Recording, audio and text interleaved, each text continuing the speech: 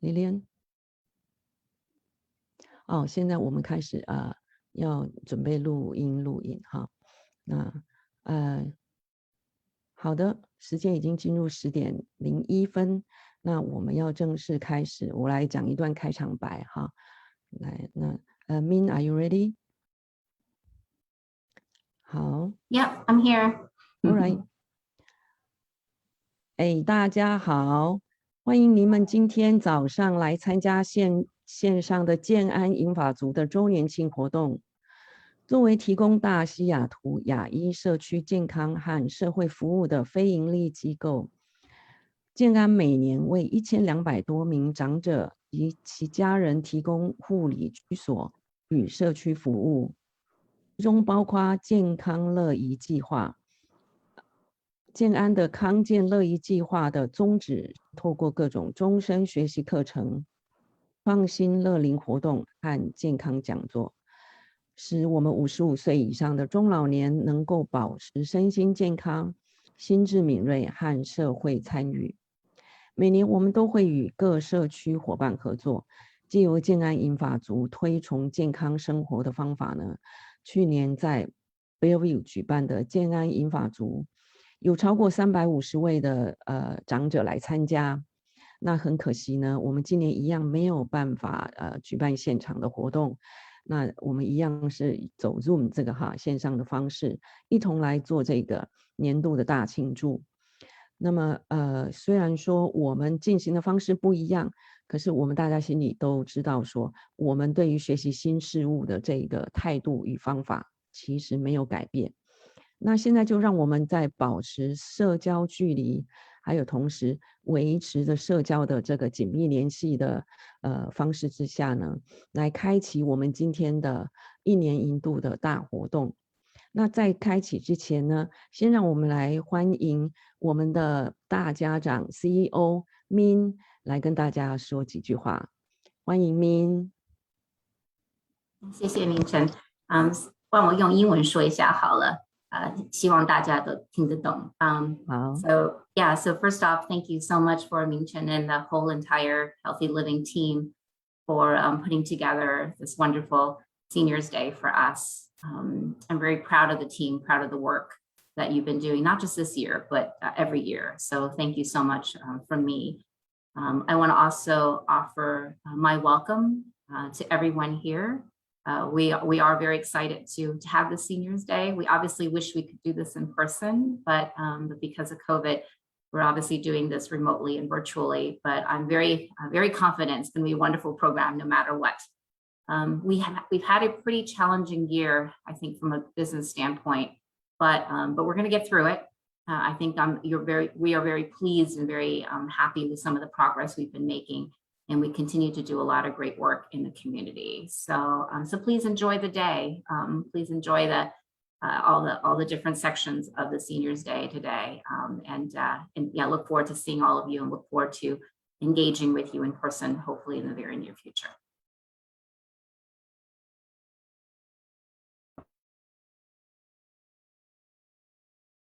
I turn it back to you, Mingchen.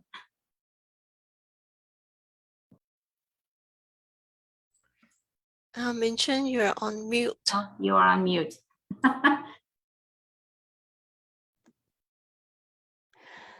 谢谢 CEO Min 为我们做这个开场的致辞。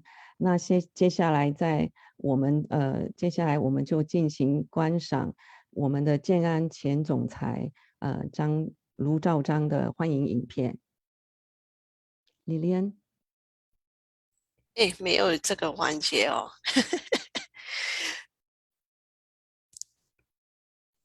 对，没有这个环节，没关系。对。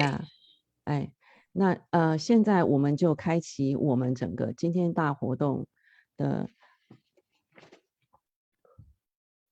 ，All right。我们可以做一下那个复习，希望今天大家可以配合一下，就是关于我们housekeeping 的一个部分可以更改你的名字，让我们知道你是谁可以开你的视讯也可以欢迎跟大家在 chat 上面聊天使用那个 chat 的功能也希望可以保持那个静音。如果你要发问的时候，也可以用那个举手的功能可以看一下。如何的更改名字这可以在你 Zoom 上面选取 participant 然后改名字。然后如何用那个静音跟解除静音，这可以使用这个 mute and mute 的 button。用那个视讯，就可以用那个 start video 或者 stop video 这个功能。然后在聊天你可以用 chat 这个功能发送信息，可以给一个反应，举手。对，今天就是我们的流程就是10点钟正式开始然后我们有第一个活动就是请了那个 Dr. 宋晓，他今天来跟我们讲癌症的预防先开始的时候，我们想要感谢今天的一个赞助单位，有 Makoshu Indian Tribe、Swedish Health Services、Kaiser Permanente、Union Bank、AARP。而且最后是 Parker Smith and Fig， 被你讲过了现在就是让 Dr. Shao 来讲话。嗨，你好，早上好，你们能听到我说话吗？能听到。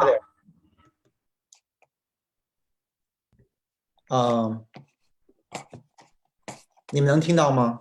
对不起，我刚刚听到了，听到，听得到那就好音量好吗？够大吗 ？OK， 我现在需要我现在需要把我的那个怎么说，我的那个 slide， 因为now I figure out I have to open the。对不起我是不是应该全部都用中文讲？我就想确定一下，用国语。好的，用国语是的。好，那我没有，我现在我就要 share 一下我的 screen。Sorry， slideshow。Now this is really sorry. This is my first time。对不起我现在需要干的是 share my screen，and I 真的是很麻烦。没关系，到时候我们这边也可以帮忙，如果你需要，我们可以学。我现在可以了。好的。Desktop one 好，然后呢，我现在看一下，share the screen 好，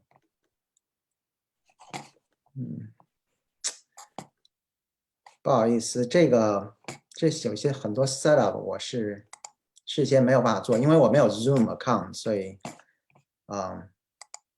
我没有办法在事先把这些都给设好。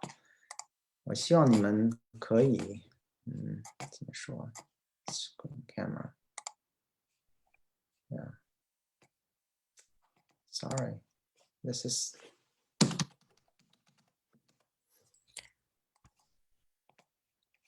我们可以在这边把那个你给我们的 PowerPoint share。对，当然最好是我这里可以 share。也是因为有的我做了稍稍的一点点改动而已，这是现在先试一下。Sorry。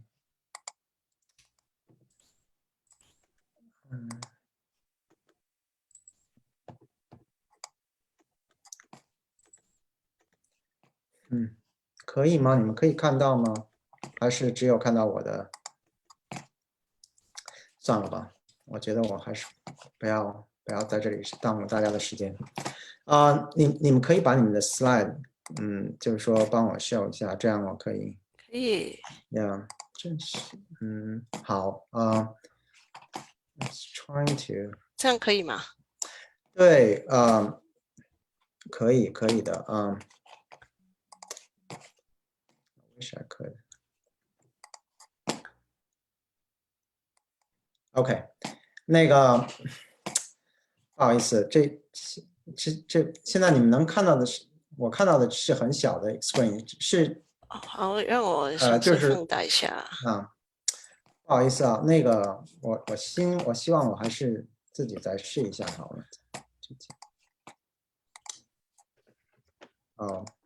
I cannot share if you are sharing. 我可以尝试。That's a problem.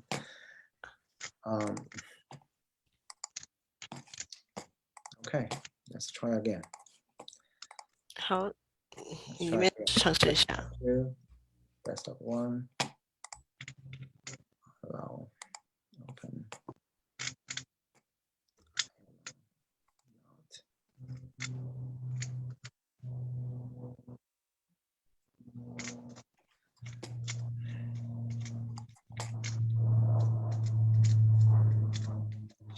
Screen share.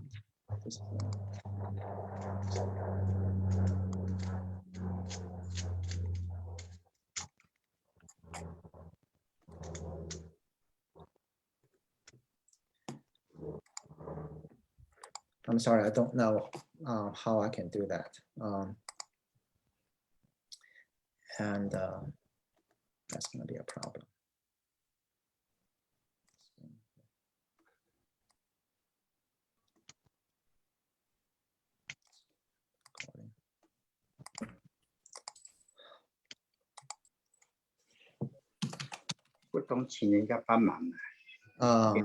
This is a. 对，如果我们这边 share， 可能会不会也可以呢？试试看。We can't have 两不能同时两边 share， 但是对，因为我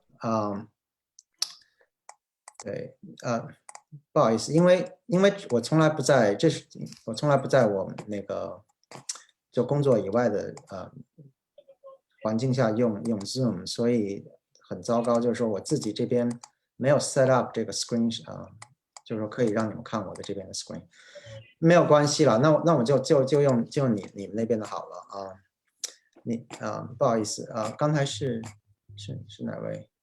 对，那我好，那我今天不好意思首先我谢谢建安来邀请我还有我们 Swedish 的参与，在这个非常有意义的活动我知道就是说癌症这个问题呢，其实虽然我每天看很多病人，但是他们都是因为有了诊断以后才来看我们我们在预防在癌症，就是说在病人没有发现自己有癌症之前大家常常是处于一种就是说比较不清楚应该去做些什么，或者是应该怎么预防的这种状况在现在的网上呢，很多人都有一些，就是说很多网站大家都可以看到有些可靠或者是不可靠的建议，所以呢，在这种情况下，很多大家的认知是不是很就是说很明确，所以我希望呢，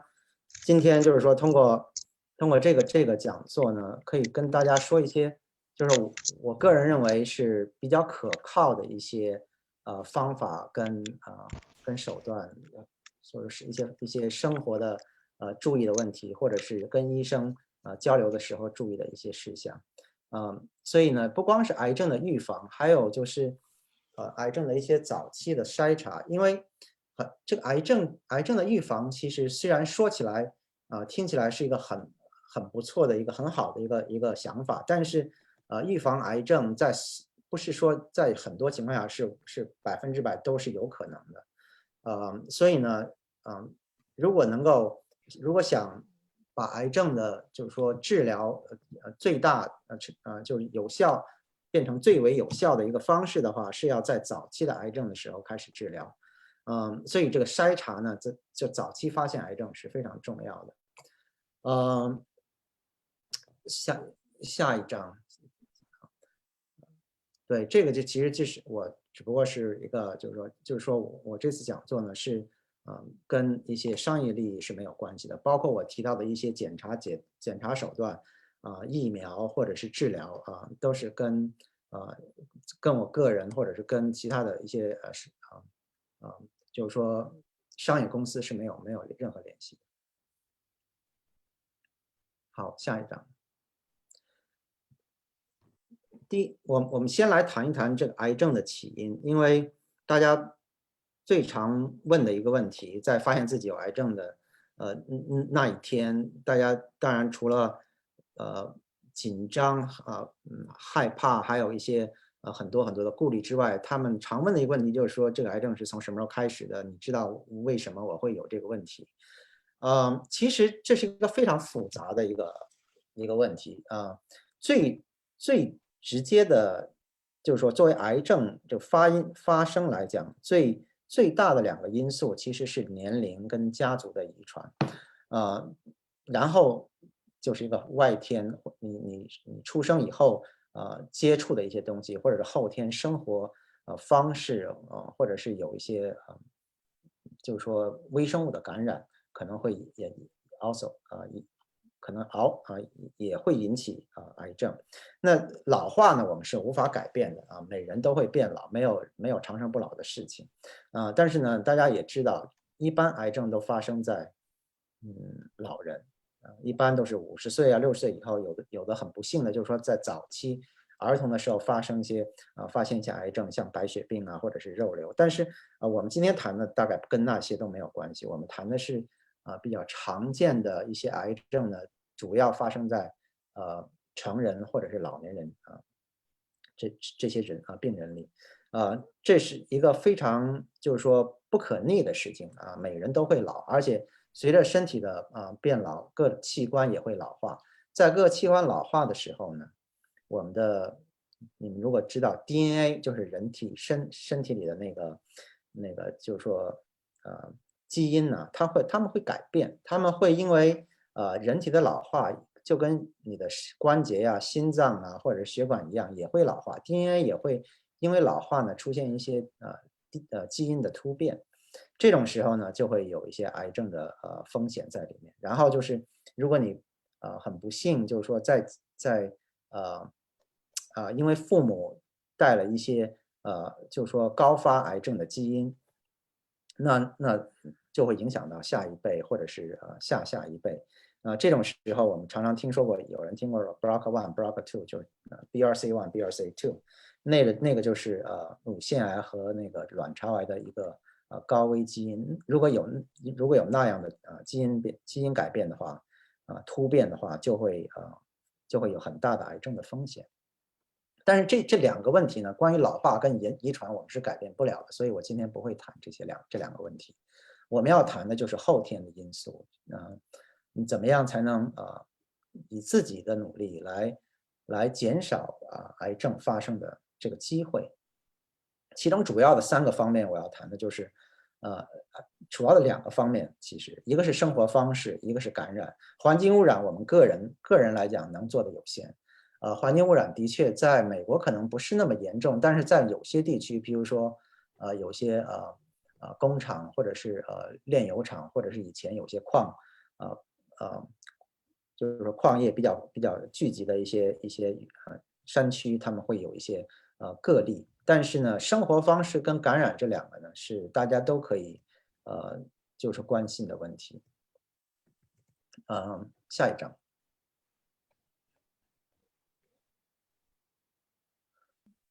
那关于生活方式呢？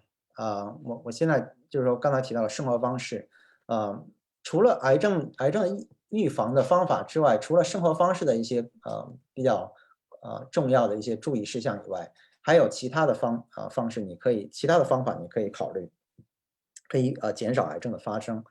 一个就是疫苗，疫苗呢，等一下我要细讲到底有几种疫苗现在可以减少癌症、预防癌症。第三个呢就是药物预防。药物预防其实这个状况这个具体的来讲呢，其实我们能做的也是相对来说比较有限。等一下我也会谈一谈。第4个就是筛查癌症的早期筛查，这个我们准备可能我们要多花点时间讲。下一章。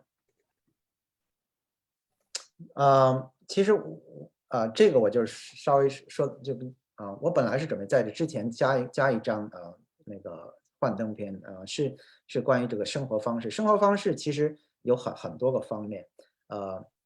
第一就是要避免吸烟，要不吸烟。然后吸烟的这个危害其实大家都知道我相信没有人不知道吸烟的危害。但是呢，到底具体到吸烟到底影响到多少癌症的发病率呢？这个可能大家很多人还不是很清楚。大家知道吸烟肯定跟肺癌有关系，这个人所共知。但是吸烟影响的癌症非常多。烟草的危害呢，其实不仅仅是对呼吸道的危害，口腔这是自然而然的，你吸烟肯定有口腔，还有鼻咽、咽喉，这都是呼吸道的一部分。然后呢，很多人可能不了解，其实吸烟会影响到消化道、食道胃胰腺、肝这些大肠都会影响到这个是通过一些就是吸烟的一些之间的一些致癌因素呢，是通过消化道直接吸收的到血液里。然后因为这个呢，会影响到尿液因为血液最终会有一部分会通过肾脏跟尿液跟那个膀胱从尿液排出。这些致癌物呢，会引起肾癌跟膀胱癌，膀胱癌的发病率非常高，在吸烟的人群里。然后就是宫颈癌、子宫癌这方面，我们也是有报道的。另外一个吸烟就是白血病。归根到底呢，这吸烟为什么会引起这么多癌症呢？是因为在吸烟的这个过程中，有一些致癌物是会进入到血液里通过肺。然后你可以看到这些数据这是我从我们的那些文献里找出来的。全世界在就死于癌症的里面，有20%以上的人是跟吸烟有关系。然后在美国有30%是跟吸烟有关系。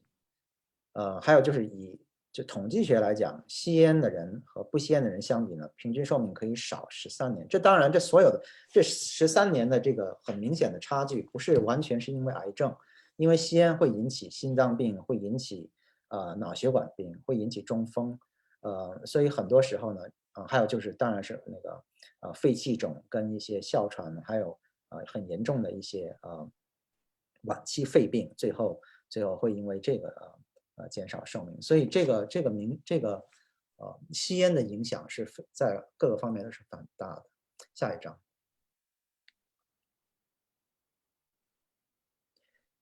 第二个呢就是饮酒这饮酒这个其实比吸烟更复杂一些。因为什么？因为吸烟大家都知道有害，饮酒呢并不是所有人都认为饮酒有害。尤其是在这么多年的研究，甚至有些时候会有些研究会说，哎，你少量饮酒说不定还有好处。其实这也是一些就是说大家都在关心跟研究的问题。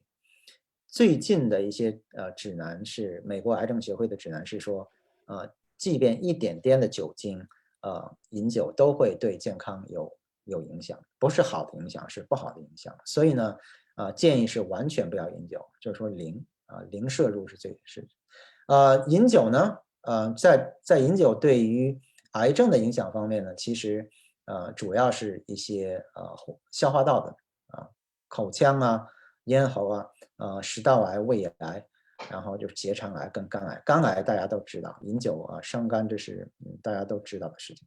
那乳腺癌呢这方面可能很多人不太清楚，但是饮酒的确跟乳腺癌有一些关系。所以呢不可能说大家都不饮酒。我相信没有一个人会因为这个就说我从今以后就再也不喝酒了。但是呢我建议大家就是能少喝就少喝。好，下一章。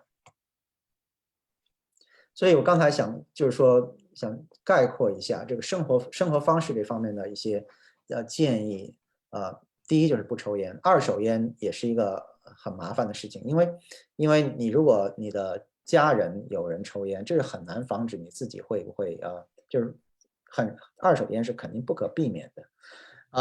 还有对孩子来讲，二手烟影响可能会更大一些。所以不抽烟是绝对是对全家都有好处的事情。还有就是我不知道中国人可能不太多，就是那个chewing tobacco， 就是那个咀嚼嚼的烟，那个大家可能不是很熟悉，但是我看到很多病人里，尤其是美国病人里，因为绝烟引起的口腔癌跟食道癌是很多的，这个风险可能比吸烟不会少，在口腔癌这方面。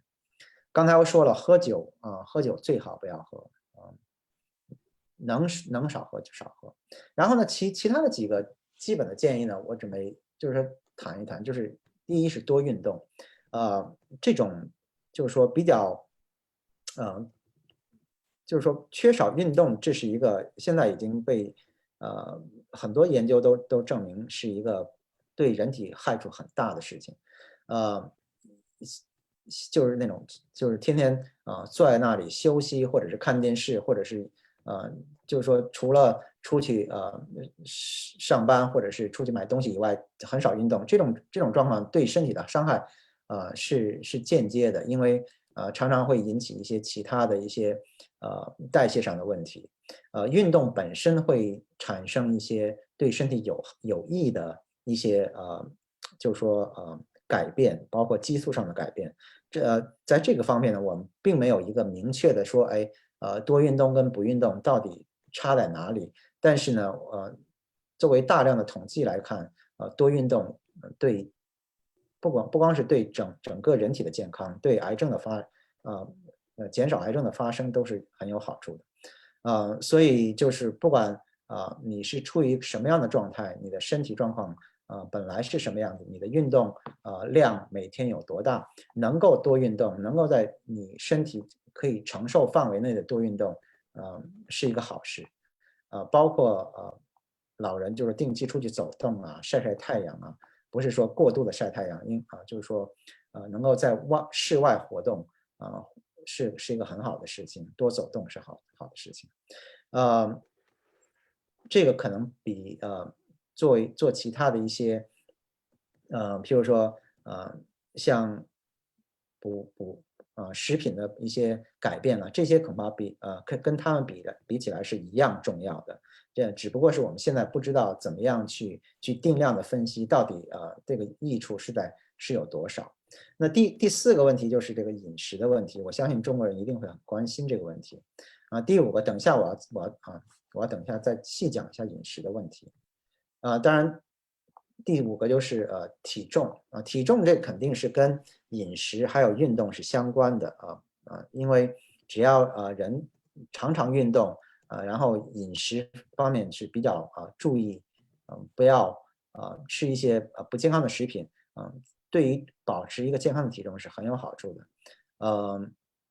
然后第六最后一个就是关于这个日光的那个曝晒的问题。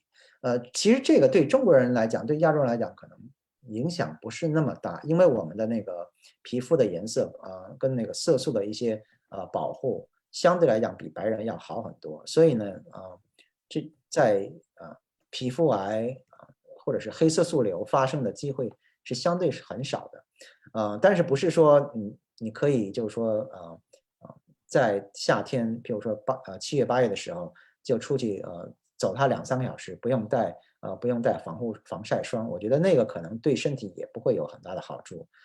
所以我是建议大家，如果在夏天的时候出游的时候，或者是到南方到就说很热的地方出游的时候，还是要用一些防晒的东西。有时候可以用防晒的一些衣服或者是帽子，这也是比较重要的，甚至更有效的一个方式。下一章。对，现在我们提一下饮食。其实饮食这个呢，大家很多人这么多年肯定都读了很多，或者是看了很多，听说过大家说什么样的饮食有好处。其实相对来讲呢，就是说非常明确的一些推荐呢，其实不是说那么多其实就是说美国的癌症协会给的建议呢，其实就很简单，就这么一些东西。就是说让你多吃蔬菜，多吃水果，多吃全麦类、全谷类的东西，比如包括我下面写的一些玉米啊、小米啊、燕麦啊、小麦啊，就是那种不要吃那种精细的面粉的一些食物就是说能够把就是说谷类全谷类就是说整个作为一个不未加工的食品就是说做来吃是更好的方式。然后呢，不要吃的或者是避免少吃的一些东西呢，就包括红肉。红肉当然就是那种，就像就是 steak，像那个牛排啊、羊排。但是我相信中国人一般这方面吃的不是很多。当然就是红肉，大家知道红肉其实是一个怎么说呢？大家因为它们含就动物脂肪偏多，然后呢，因为它的有一些就是说基本的因为吃红肉的人很多时候他们对那个纤维素的摄取比较少，所以红肉的摄取跟那个大肠癌是相关的。加工肉类呢就更糟糕一些。其实我相信加工肉类的危害可能比红肉还要更大，就是因为它有一些亚硝酸盐或者是盐腌制过的过程，导致产生了一些致癌的一些物质。因为这个有的时候就是说，包括我们吃的一些就是说灌肠或者是就是说火腿还有就是 hot dog 那个热狗hot dog 可能是就是说相对来讲可能加工的成分更多一些。最后呢，第三个呢，就是这种糖类的饮料主要就是讲那种碳酸类的，像那种可乐像 soda，各种各样的 soda，这种是他们加的糖和其他的物质呢，大家认为是对身体是有害处的。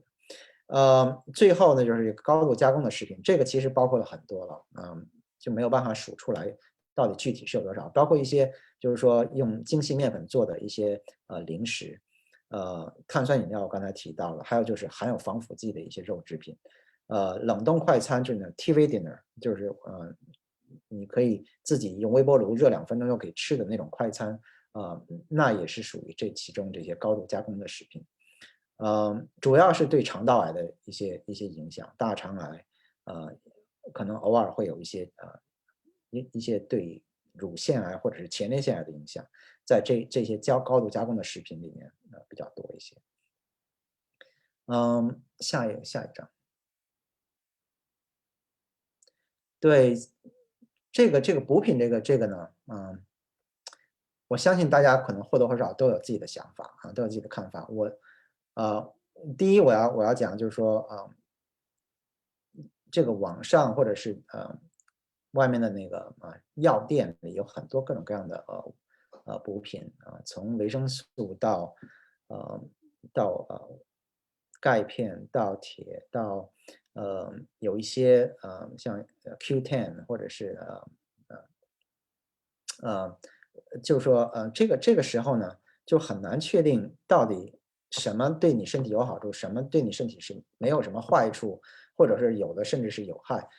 我相信呢，就是说，基本的一个概念就是，要知道的就是，只要你的饮食是均衡的，只要你每天吃的饮食里有纤维素，有绿色蔬菜，有动物蛋白，有适量的脂肪，有适量的钙，包括乳制品其实，如果你能保证每天3餐都可以有一个非常均衡的一个饮食，维生素就是说的摄入是足够的，而且维生素摄入只是饮食中的一部分，我们人的身体是不可能只靠维生素生活，我们需要大量的纤维素跟动物蛋白来保证身体的一些肌肉的代谢，所以呢，不能就是说忽视正常的饮食，而靠补品来保证自己的健康。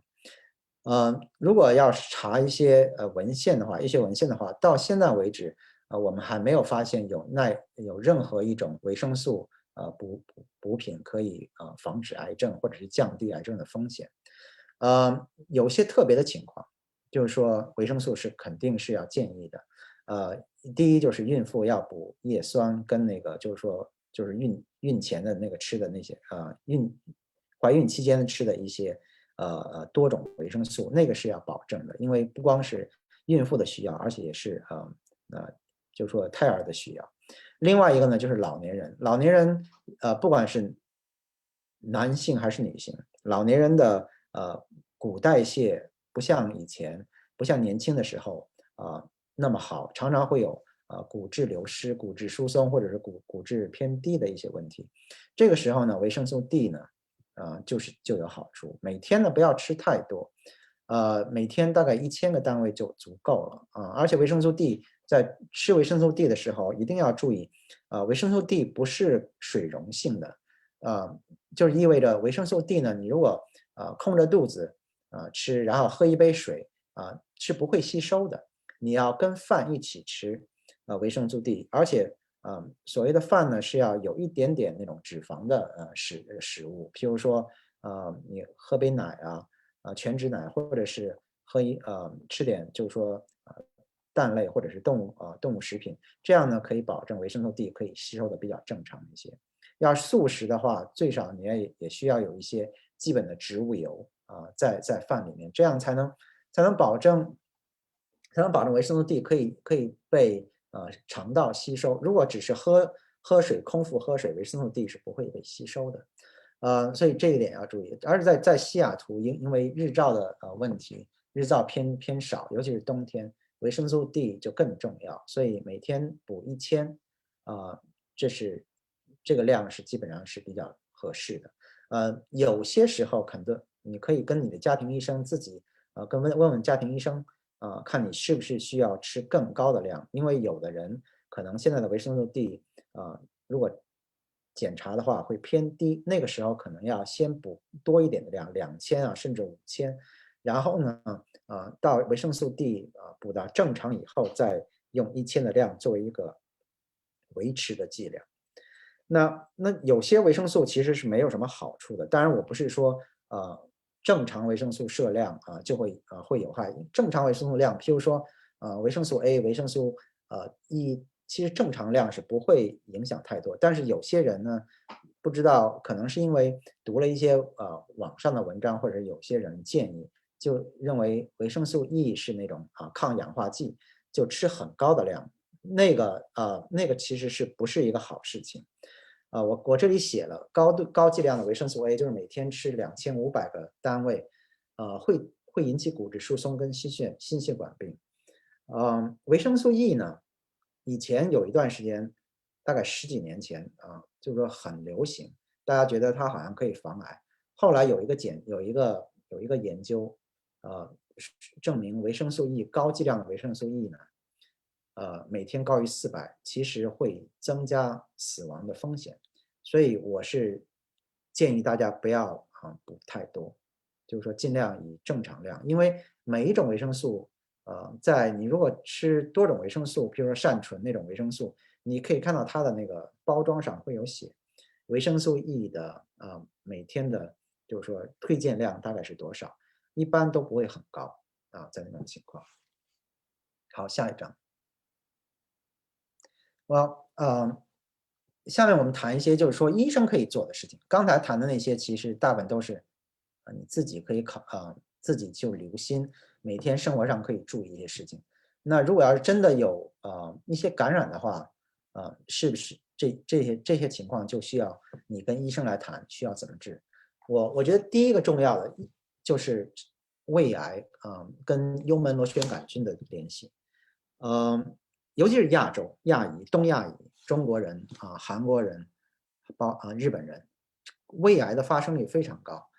为什么呢？其实一个是跟饮食有关系，中国、韩国跟日本人有一些共同的就是说饮食习惯，包括吃一些腌制的蔬菜，像韩国人的泡菜日本人的有些特别特制的一些腌菜，还有就是亚硝酸盐熏肉，或者是有些在中国的北方会引起一些胃癌的风险。但是呢，其实很多人不知道的就是这个幽门螺旋杆菌。幽门螺旋杆菌跟胃癌的联系是在大概20-30年前被研究证实的。然后其实这两个有2个科学家医生发现了这其中的联系。他们好像在1990几年还是拿了诺贝尔医学奖，就是因为这个之间的联系。这个联系是非常的就是说确定的。而幽门螺旋杆菌呢，在东亚人群里是非常高发的。美国人不多，东亚人多。而且幽门螺旋杆菌是有可能是因为就是说只要家里一个人有，然后一起在吃饭的时候就会因为这些共享就是说食物的时候就会传染。幽门螺旋杆菌是可以治的。如果你发现了自己有幽门螺旋杆菌呢，一般普通的家庭科医生或者是内科医生或者是肠道医生消化科医生就可以给你开药。但是怎么样知道自己有这个呢？其实我是建议你们跟家庭，如果你有胃酸有肠道的那种胀气，吃完饭或者是饭前有胀气，或者是吃完饭以后有一些胃痛，就应该跟自己的家庭医生谈一谈，是不是要去去看一下消化科医生，然后查一下幽门螺旋杆菌。有几种方法，一种就是血液检查，还有一种就是呼气的检查。你可以到一个诊所里，然后他们用这个呼气试验，然后看你呼气里面有没有一些幽门螺旋杆菌的产生的一些特别的就是说可以检测到的一些分子。然后呢，另外一个比较更确定的呢，就是做胃镜。但是做胃镜呢，在美国并不是一个就是说非常普及的一个事情，因为美国的胃癌呢相对来说不像东亚人高。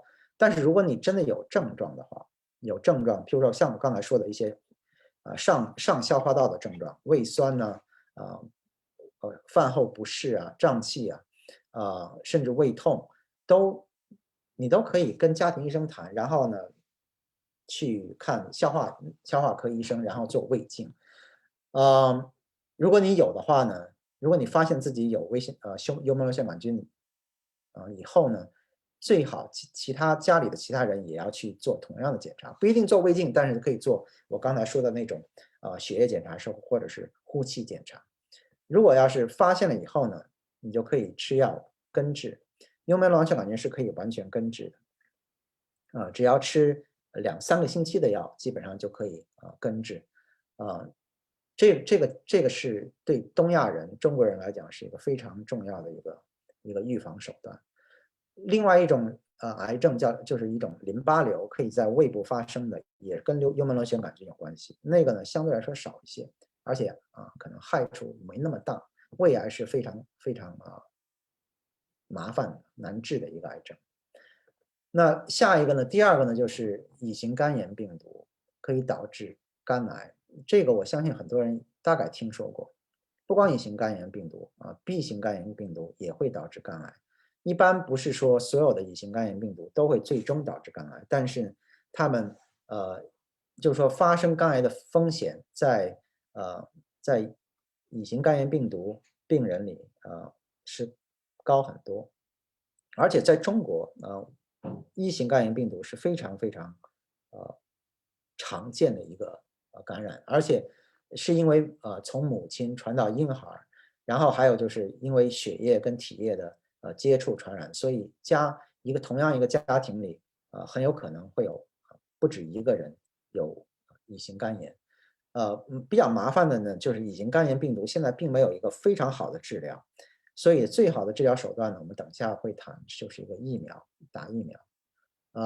B 型肝炎呢，现在有比较好的、比较有效的治疗，非常昂贵、非常贵的一些药，但是呢，如果我相信就是 Medicare 应该 cover， 如果有 B 型肝炎的病毒的病人呢，可以通过吃药把 B 型肝炎给根治。下面2种呢，一个叫人类乳头瘤病毒 HPV， 还有一个就是 HIV。是我们就是说近20年来发现就是说我们可以通过治疗跟疫苗来就是说预防这个乳头瘤病毒呢，尤其是在年轻的孩子，年轻的就是说就算是 teenager 吧，就是10几岁的孩子就应该通过疫苗来防治，因为这个乳头瘤病毒引起的癌症主要属于生殖道的一些癌症，宫颈啊、口腔啊、咽喉、阴茎跟外阴癌。这个呢是一般在老人来讲呢，这个风险相对还是少一些，但是如果是已经有乳头瘤病毒以后我们看到有很多口腔癌和咽喉癌的病人呢，或者是阴茎癌的病人呢，是因为这个引起的。但是我们现在除了筛查跟预防以外，并没有一个很好的治疗手段，所以这个要记住。下面那个 HIV， 我相信大家以前在20-30年前，这是一个非常非常就是说大家都关注的问题。现在呢，就是说因为治疗方法的改善，现在这个 HIV 的病人的这传播已经是非常非常小了，就是说风险非常小。但是如果是有的话，我们知道有些淋巴瘤或者是叫卡波氏肉瘤，在 HIV 病人里面是比较多。最后一个可能在美国就更少了。这肝吸虫其实是亚洲或者东南亚比较多的。如果有广东或者是广西或者是南边中国西南部的一些人可能听说过就是那肝吸虫他们主要引起的是肝癌跟胆管癌。我相信这个现在在美国是非常少见的。下一张。周医师，请问你那个乙型肝炎跟丙型肝炎会传染吗？对呀，就像那个会传染。就像那个幽门螺旋杆菌会传染，也会传染，但是那个对，但是乙型肝炎跟丙型肝炎的传染更麻烦一些，因为治疗上就是说手段少，尤其是乙型肝炎。幽门螺旋杆菌感染的传染呢我相信是就是说主要是通过共享食物传染。乙型肝炎跟丙型肝炎主要是血液跟体液传染，所以呢，所以这肝炎病毒这2种肝炎病毒的传染呢，主要是非常亲近的，就是说有体液接触的人会有传染的可能。幽门螺旋杆菌就是更容易一些，因为只要你跟譬如说朋友或者是跟一些亲戚，如果有常常进餐、常常吃饭，有可能是通过那个传染，就是说是食物是共享食物的时候传染。好，谢谢。好了，下一个。对，我刚才提了这2个疫苗因为很不幸就是现在只有这2种疫苗，我没有幽门螺旋杆菌疫苗，也没有丙型肝炎疫苗，也没有 HIV 疫苗，但是我们有这2种疫苗。这2种疫苗呢，就是一个是乙型肝炎疫苗，我记得我是在大学大概3年级还是4年级的时候打了乙型肝炎疫苗。我不知道现在在华人社区他们是有没有大家是不是都跟家庭医生谈过这个事情？我相信这个是非常重要，就是说对华人来讲是一个重要的事情，就是说如果你以前没有打过如果你知道自己还没有乙型肝炎病毒的感染现在打疫苗还是应该的，不是说现在没有什么风险也家人也没有就可以不打。我相信打它肯定会让你的机会就是说以后感染乙型肝炎的机会就是说就非常少，就是0。如果打了以后肯定是保护的非常好，所以呢我是建议大家如果没有打都要打。我相信这个现在已经成了一个家庭医生应该是属于他们的一个标准的一个，就是说每年可能要有一些基本的问题都会问到，他们会最少以我的经验，现在美国的癌症学会的建议是，所有的癌症病人在开始治疗之前都要查乙型肝炎跟丙型肝炎的那个病毒抗体，确定有没有感染。所以我相信大众也会考虑。周医师，乙型肝炎的疫苗英文是什么？就是 hepatitis B。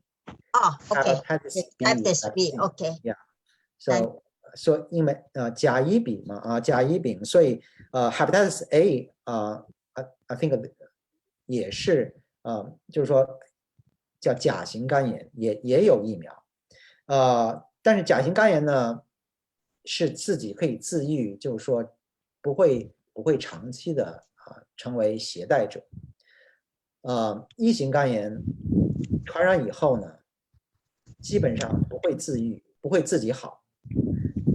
就是说被感染的人呢，很多人成为了携带者，最终就是说他虽然自己没有说感觉就是说有活动就是说有肝炎的症状，但是呢那肝炎病毒一直在体内，这他们有些人是有传染性的，所以呢这是为什么尽管病变你不知道其他人有没有你也不能确定他没有，所以这就是一个比较难办的，就是说你不能认为这个人他自己不知道自己有乙型肝炎，或者是他没有症状，就是说这是正常，他没有你一定要确定自己打疫苗，这就像是其他的一些像感冒或者是其他疫苗一样重要。那下一个是宫颈癌。宫颈癌这个疫苗，我刚才请问一下，这个乙型肝炎会不会经过饮食或是共用餐具感染呢？曾经其实这个好像以前我记得是有这个问题，因为当然老是消毒不好的一些餐馆可能会有这个问题，这可能就是为什么在东亚或者是中国会有那么多的乙型肝炎，就是说你在吃共享食物的时候可能会有唾液的一些就是说怎么说传播，尤其是共用筷子或者是怎么样，这就是一个问题，但是这机会肯定相对来讲比那个从母亲到婴儿从输血或者是其他的体液接触要小的很多，但是不是没有，好像是有一点点风险，但是我这方面我后来就没有去细看，就是说我相信是有一点点风险，但是呢我不知道到底的风险会大到什么程度。好，谢谢。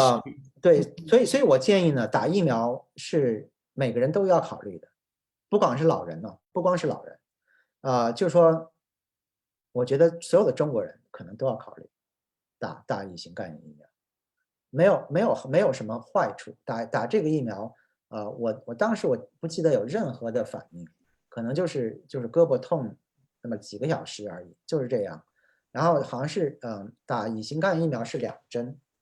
要有个 booster，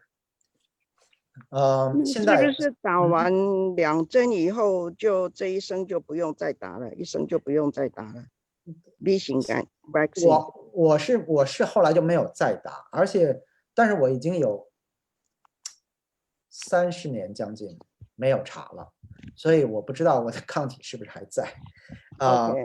所以我相信如果要是作为老人来讲，如果在60岁或者以后打，应该2针就够。OK，Thank you。周医师，我以前有检查过，我有抗体，那要不要打疫苗呢？你以前打过疫苗吗？没有。没有哈。可是检查过有抗体。是哪种抗体呢？他说 hepatitis B 抗体。对，因为抗体其实有好几种抗体。有表面抗原hepatitis 表面抗体跟那个它的那个核心抗体。在这种时候呢，可能要分得清楚一点。然后你可以如果你的家庭医生不是很确定的话，你可以去让他问一问，就是说肝科医生，这种情况有可能是因为你以前可能有过感染，但是后来自己就好了。OK，所以是有我曾经有过一些病人是有这方面的，是有hepatitis B 的核心抗体，就是说乙肝的核心抗体，但是他们基本上不需要再打。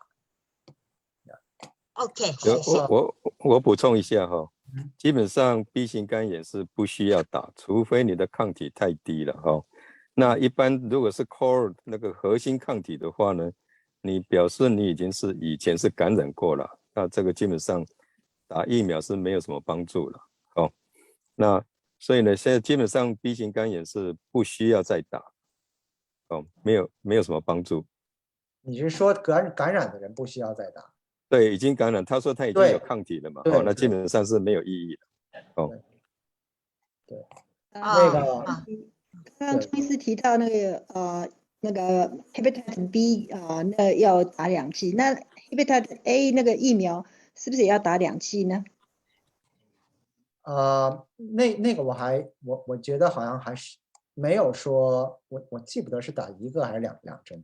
hepatitis A 一般来讲呢，不像 hepatitis B 或者是 C，就是说我们那么担心，因为它没有一个就是说慢性的阶段，一般就是好了就是好了，不会因为它变成了一个就是说携带者，所以我现在而且 hepatitis A 没有说跟那个肝癌有关系，所以我不觉得这个是像我刚才说的这2个这么重要。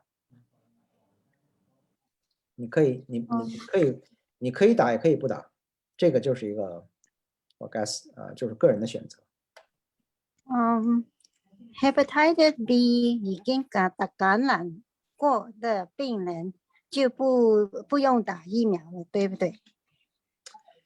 对，因为疫苗不会让你，也不会让你就是说感染消失，也不会就是因为这个保证你的未来的免疫力。OK， 谢谢啊。但是我相信有些病人，当然我不知道他们是不是打过还是没打过，他们有一些乙型肝炎的表面抗体的阳性，那是因为打完疫苗产生的。有这样的事啊？有，我相信我自己肯定有一些抗体是因为打完疫苗产生的。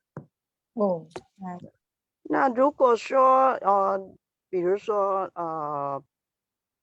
C 已经 test 说有抗体的话，是你有检查，譬如说是 C 或 B， 说比如说你检查的说你已经有抗体，那以后就会永远都会有抗体吗？我那个抗体只是代表了你曾经有过感染，如果是 B 型肝炎或者是 B 型肝炎，要看什么样的抗体。我刚才说了，就是打疫苗产生的抗体跟感染产生的抗体并不是完全一样的抗体，所以要检查说要知道说是哪一种抗体。对，大概你会有一些概念，你现在处于一个什么状况。因为一般来说，核心抗体的存在，代表就是你以前有感染，还有一些其他的抗原也可以查。那个就是比较复杂一些，就是说需要你跟肝科或者家庭医生，要细谈到底具体的谈一谈你的结果是什么。如果有一些抗原的阳性，那有的时候这些病人还有传染性。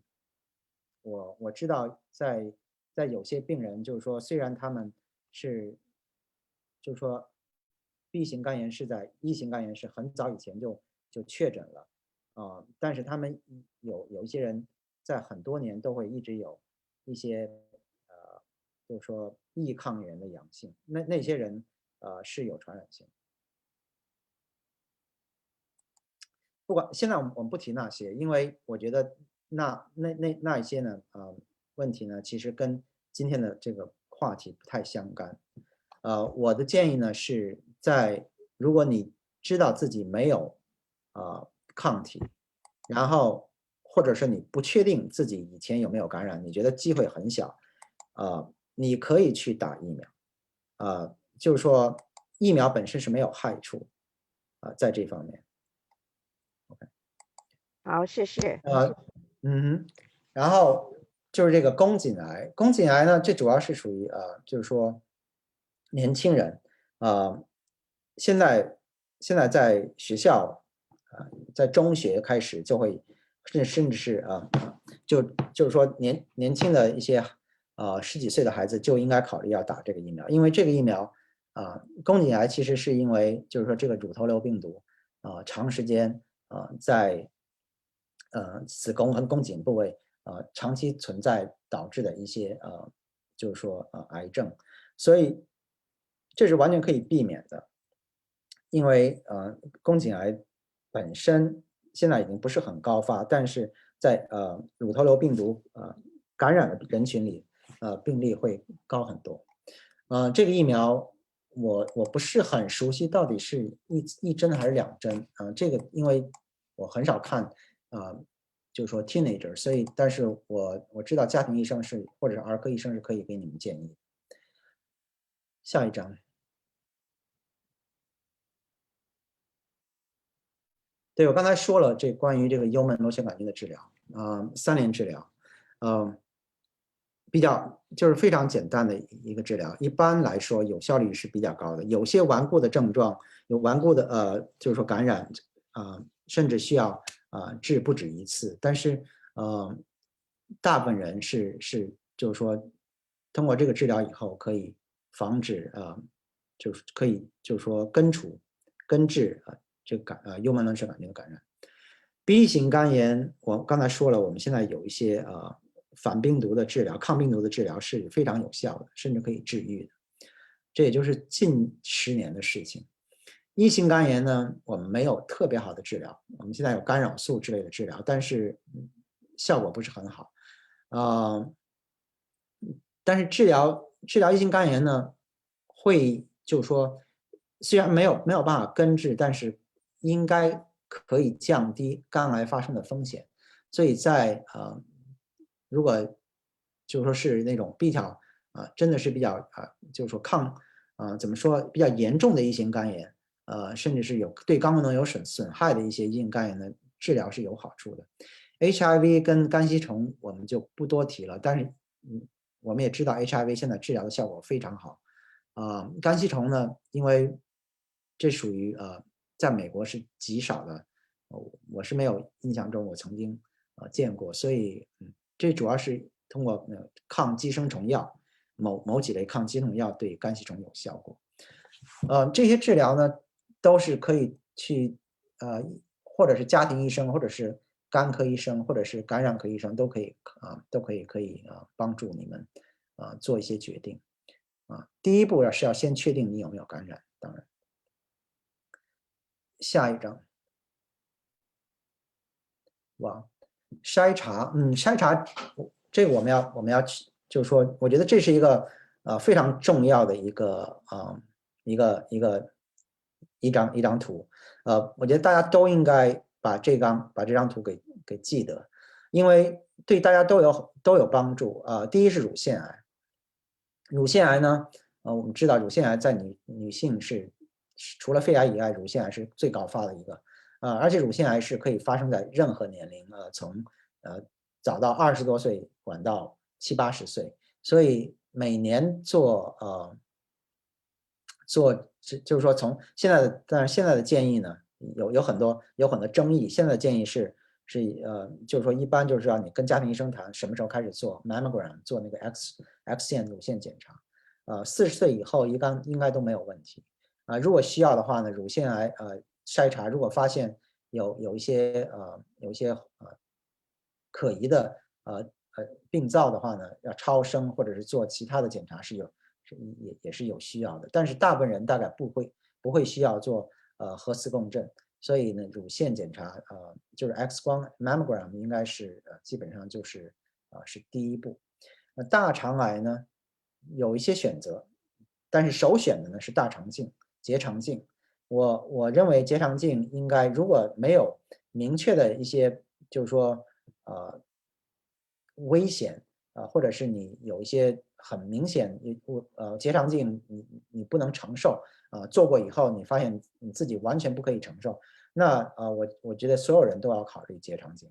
如果结肠镜实在是不太可能的话，那就是有一些其他的方法，比如说粪便的 DNA 检查叫 Cologuard， 这个就是说如果发现也是准确率也很高，也可以查出一些不正常，但是查出不正常以后呢，你还是要去做结肠镜。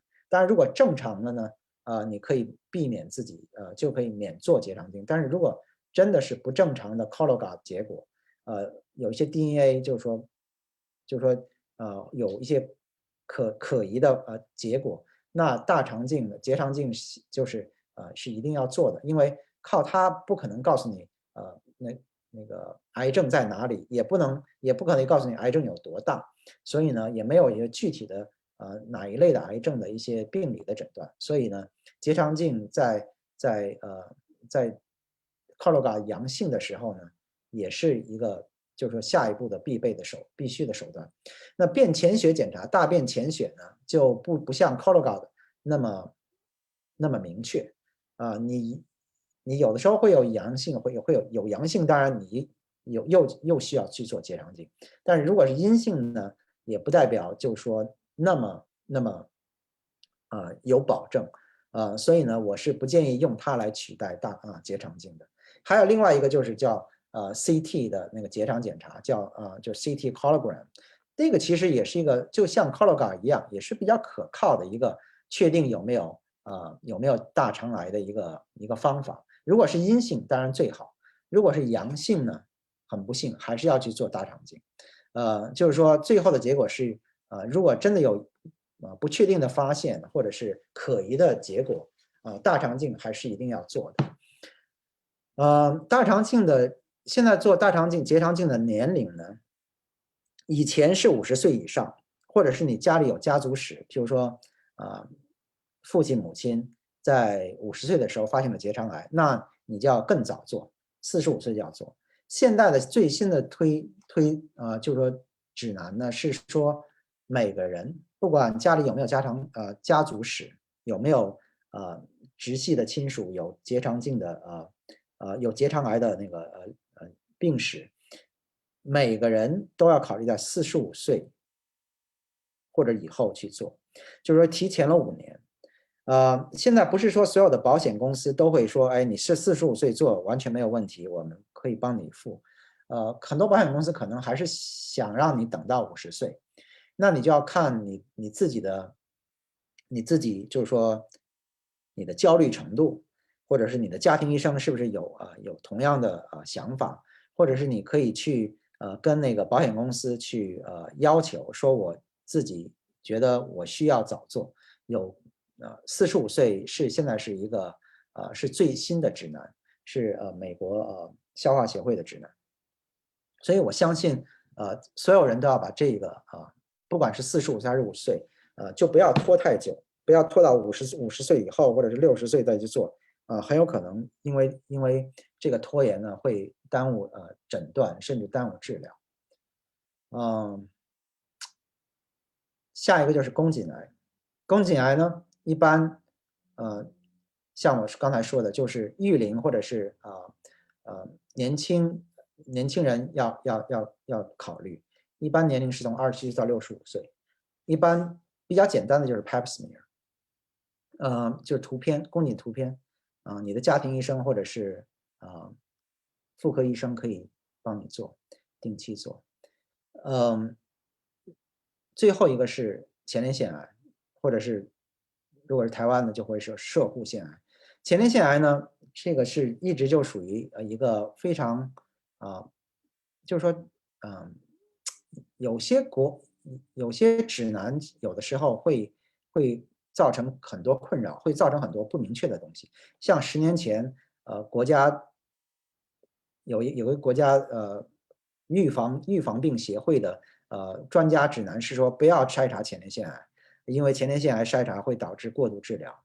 有些病人可以有那种低风险的前列腺癌，因为治疗反而导致他们身体的健康就是说因为治疗的缘故造成了一些伤害。但是现在最近的10年，他们又改变了他们的推荐，又说这个前列腺癌不是说所有人都不要去做就是说不要去筛查，要因人而异。因人而异就是你要跟你的家庭医生谈，看你家庭有没有家族史，还有你自己有没有一些症状，譬如说小便，就是说泌尿系的症状，甚至有时候会有一些明显的不适，或者是小便带血，或者是尿频。这种时候呢，你如果担心有足够多的担心的话，你应该去跟家庭医生谈，做一些前列腺检查。就是第一个就是体检的时候要做前列腺检查，指检。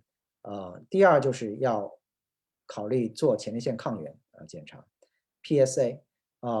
我相信就是说这个是有好处的，不是说就是说你查完以后你就马上需要做一些什么决定。譬如说你前列腺癌发现你前列腺指检发现前列腺完全正常，没有什么明显的不正常的发现，没有什么肿块，那前列腺抗原呢也正常，那你就暂时不用担心，你就因为前列腺肥大可以是良性的。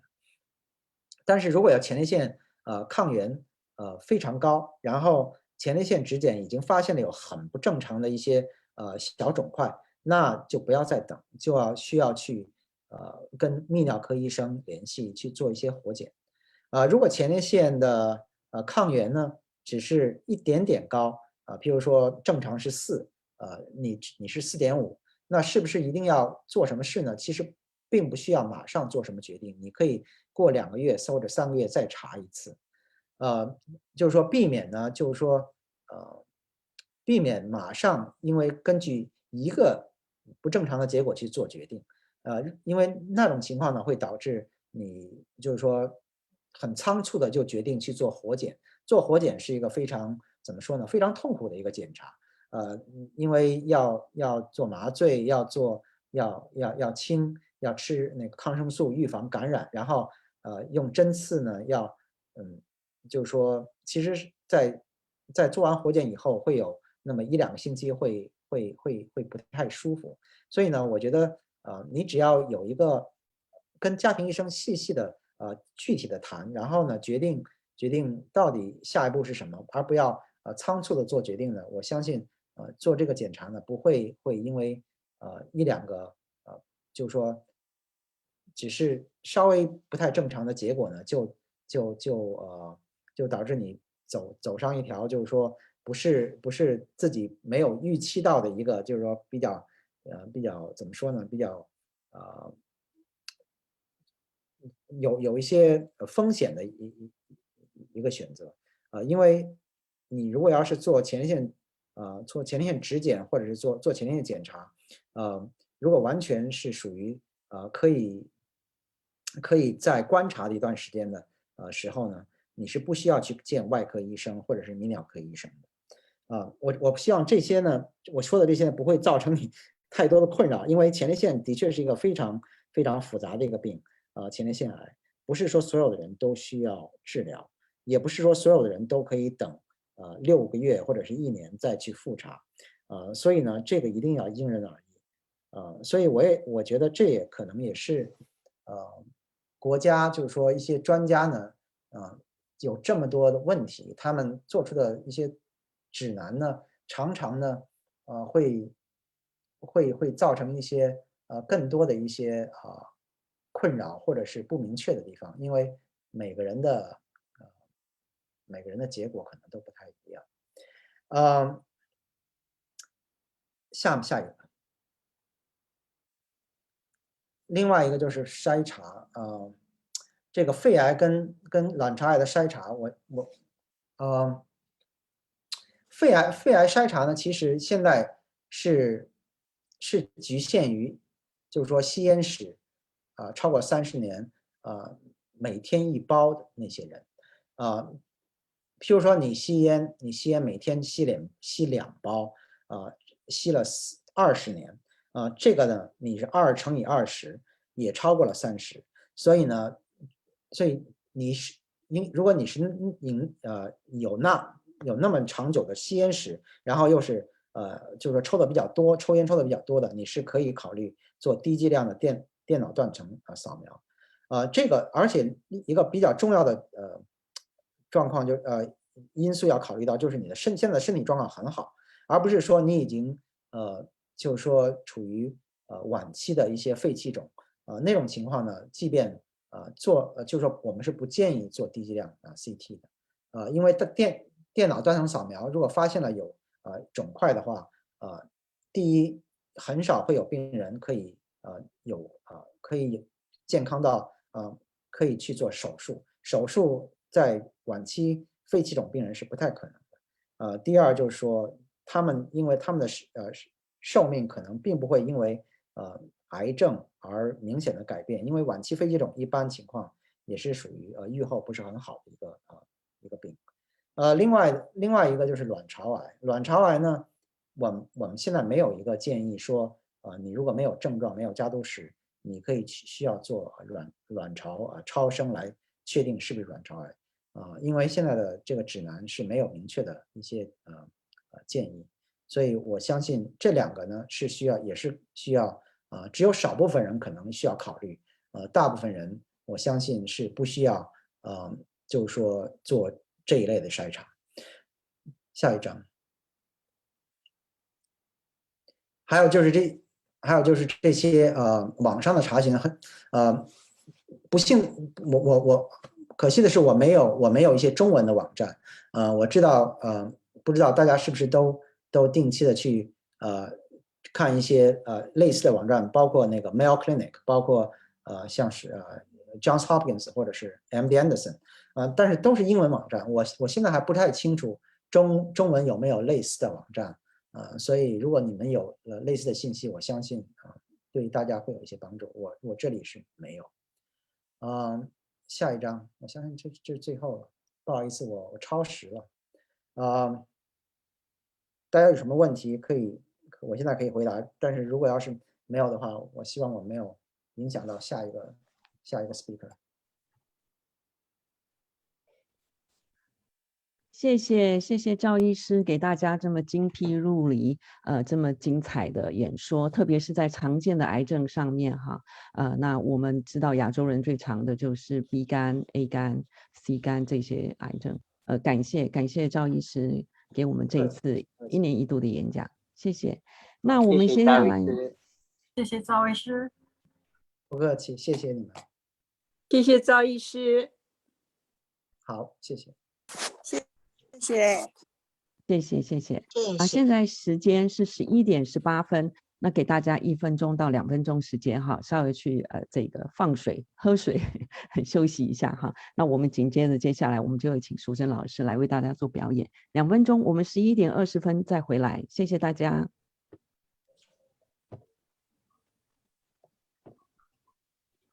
这里一刀，里面这里。挂迄个，挂这个迄个护士，啊，拍地不要地安尼，做护士安尼。老师，淑珍。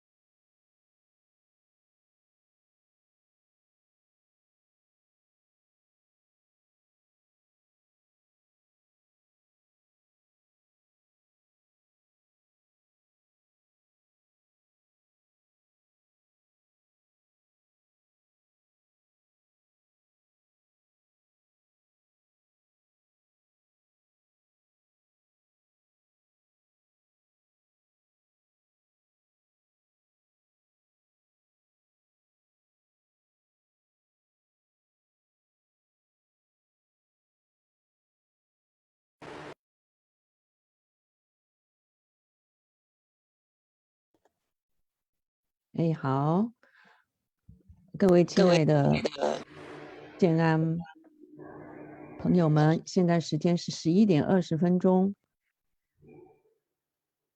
我们淑珍老师已经准备好，现在请大家准备起身哦。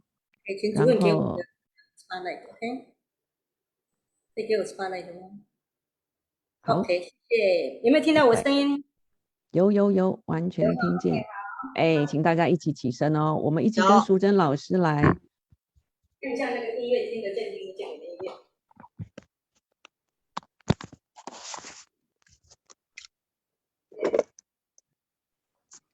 老师，请开始。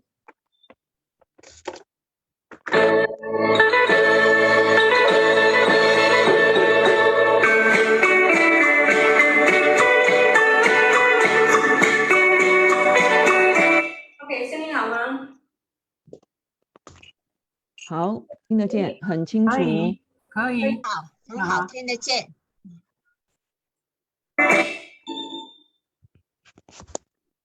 快乐的出航第一首。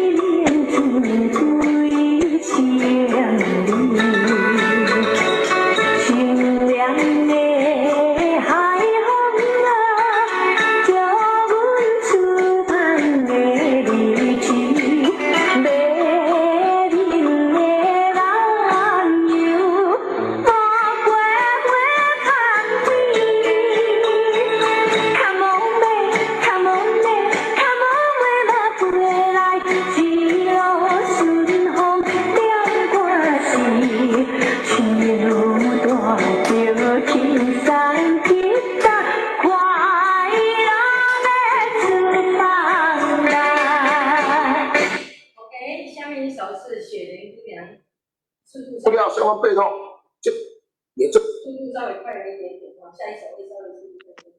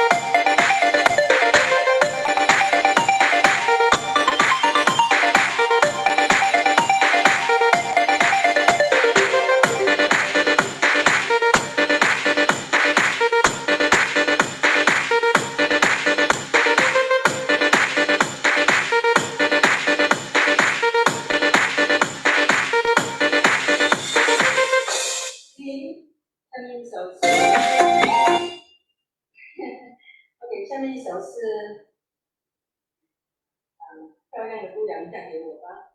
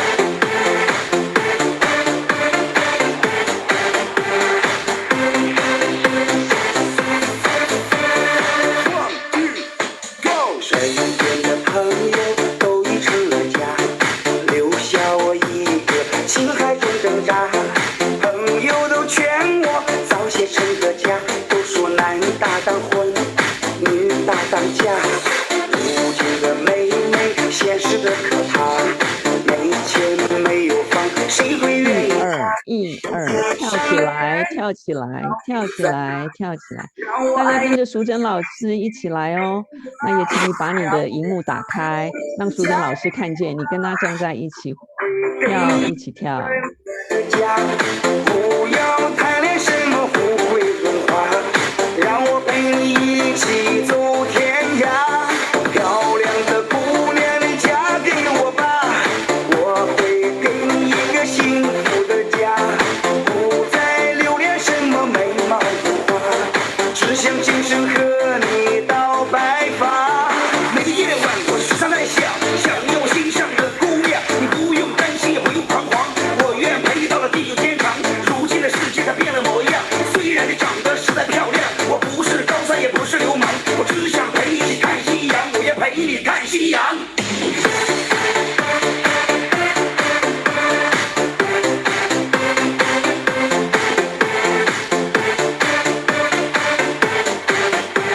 Let's dance together. Let's dance with 淑珍老师. It's about time to active our bodies.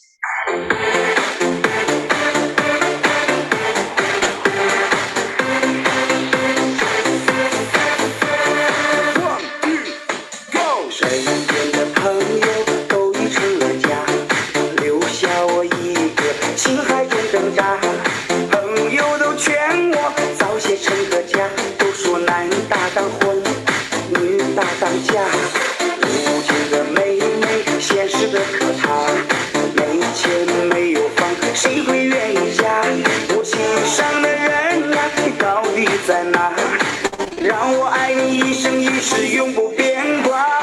漂亮的姑娘，你嫁给我吧，我会给你一个温暖的家。摇摇摇摇摇摇摇摇摇摇摇。漂亮的姑娘，你嫁给我吧，我会给你一个幸福的家。跳起来，跳起来，跳起来！只想今生和你到白发。每个夜晚我时常在想，想念我心上的姑娘，你不用担心也不用彷徨，我愿陪你到了地久天长。如今的世界它变了模样，虽然你长得实在漂亮，我不是高三也不是流氓，我只想陪你一起看夕阳，我也陪你看夕阳。跳跳跳跳跳跳跳跳。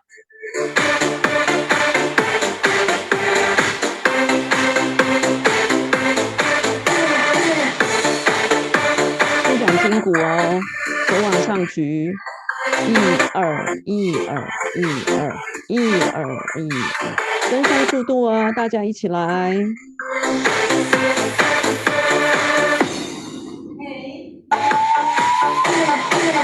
耶！在小时跳演珠光，我们有人跳过吗？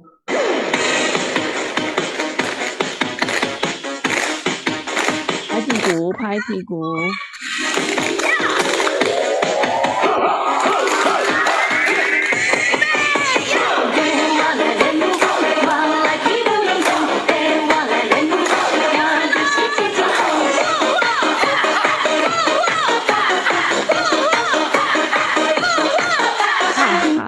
边跳要微笑，心情越来越愉快。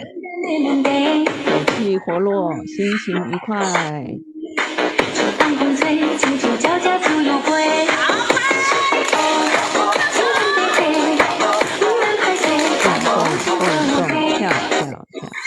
动动拍拍打动动拍打打。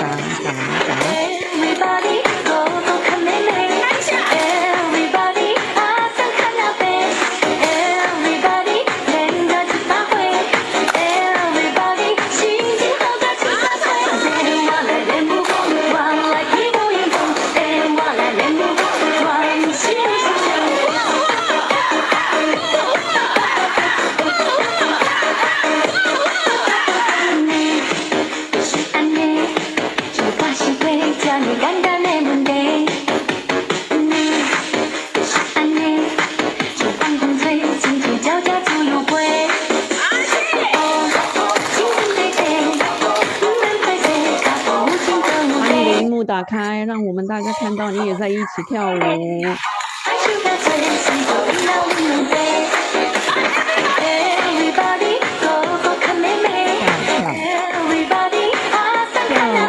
跳，跟年轻人一样哦，完全没有差别。跳。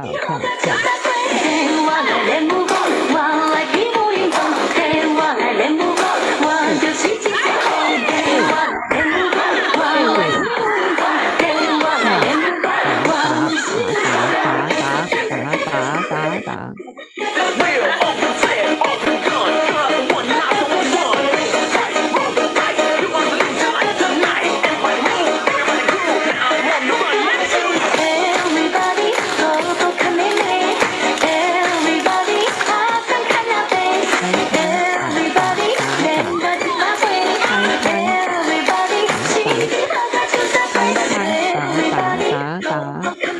跟上速度哦，大家一起来。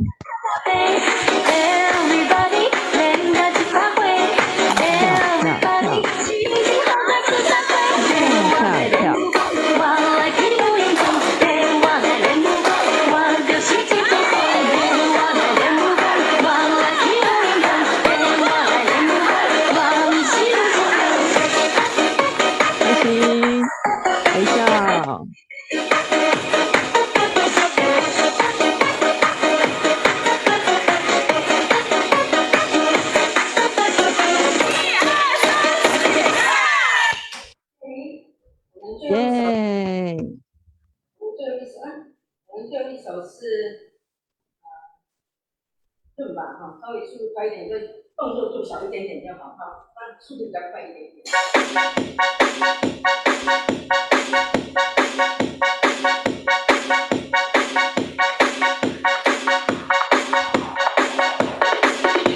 起来，手举起来，向上拍。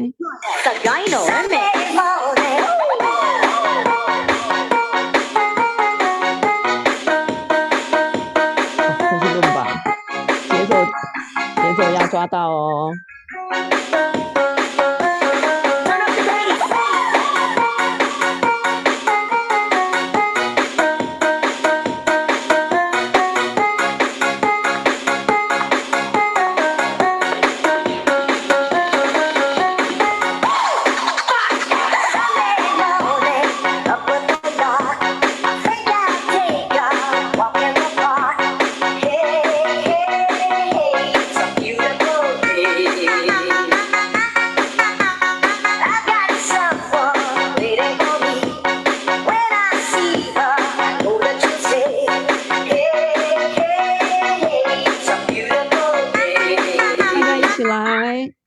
把你的荧幕也打开，让我们看到你也跟着一起跳。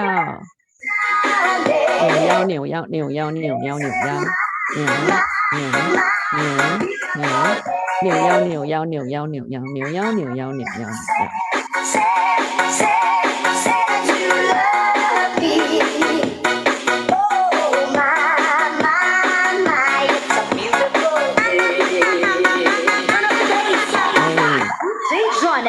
脊椎要动哦，大家脊椎要动。扭腰就是转动脊椎。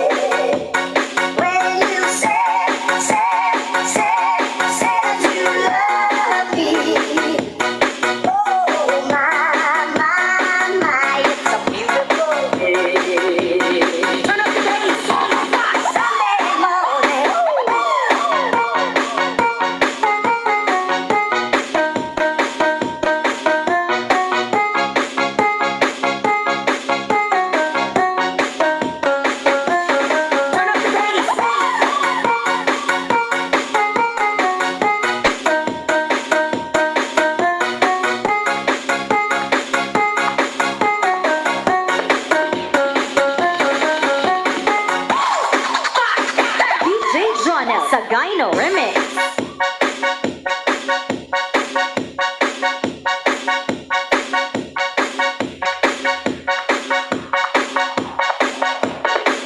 扭腰的机会又来喽，尽量扭腰。今天就到这里，谢谢各位。今天就到这里。谢谢老师。好，谢谢各位。谢谢老师，谢谢陈老师。谢谢老师。谢谢老师。OK。谢谢老师。谢谢各位。OK。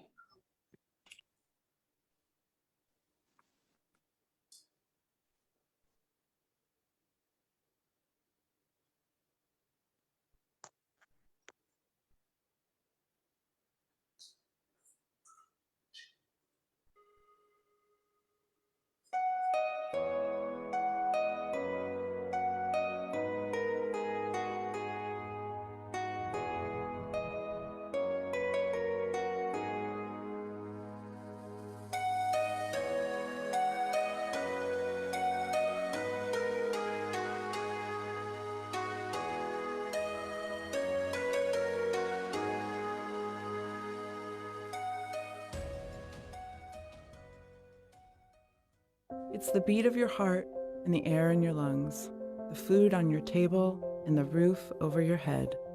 It's the hope in your chest and eyes on the prize. Your health is why you laugh and love and how you pay it forward. Health is about feeling good, about giving and receiving care with skill and sincerity. And it's also about doing good, sharing our health in service to the well-being of others. Health is our unsung hero, our quiet superpower, a force of humanity that makes us singular and amazing in our ability to tend the needs of ourselves and our community. No matter your tribe or beliefs, your politics or passions, we stand on the common ground of health. When you feel good, you do good. And when you do good, we all are better for it. At Swedish, we believe in doing health for good.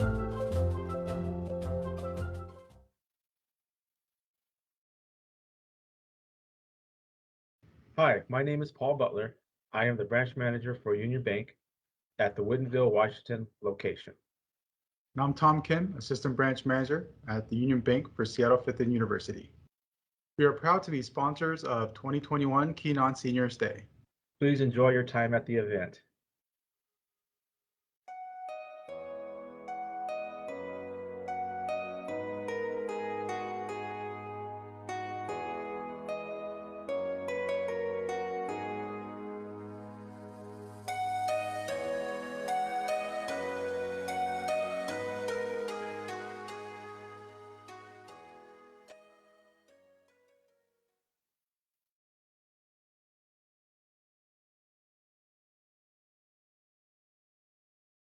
Ni hao. ¿Cómo está? Ni hao. Chào quý vị. Yin hao. Hello.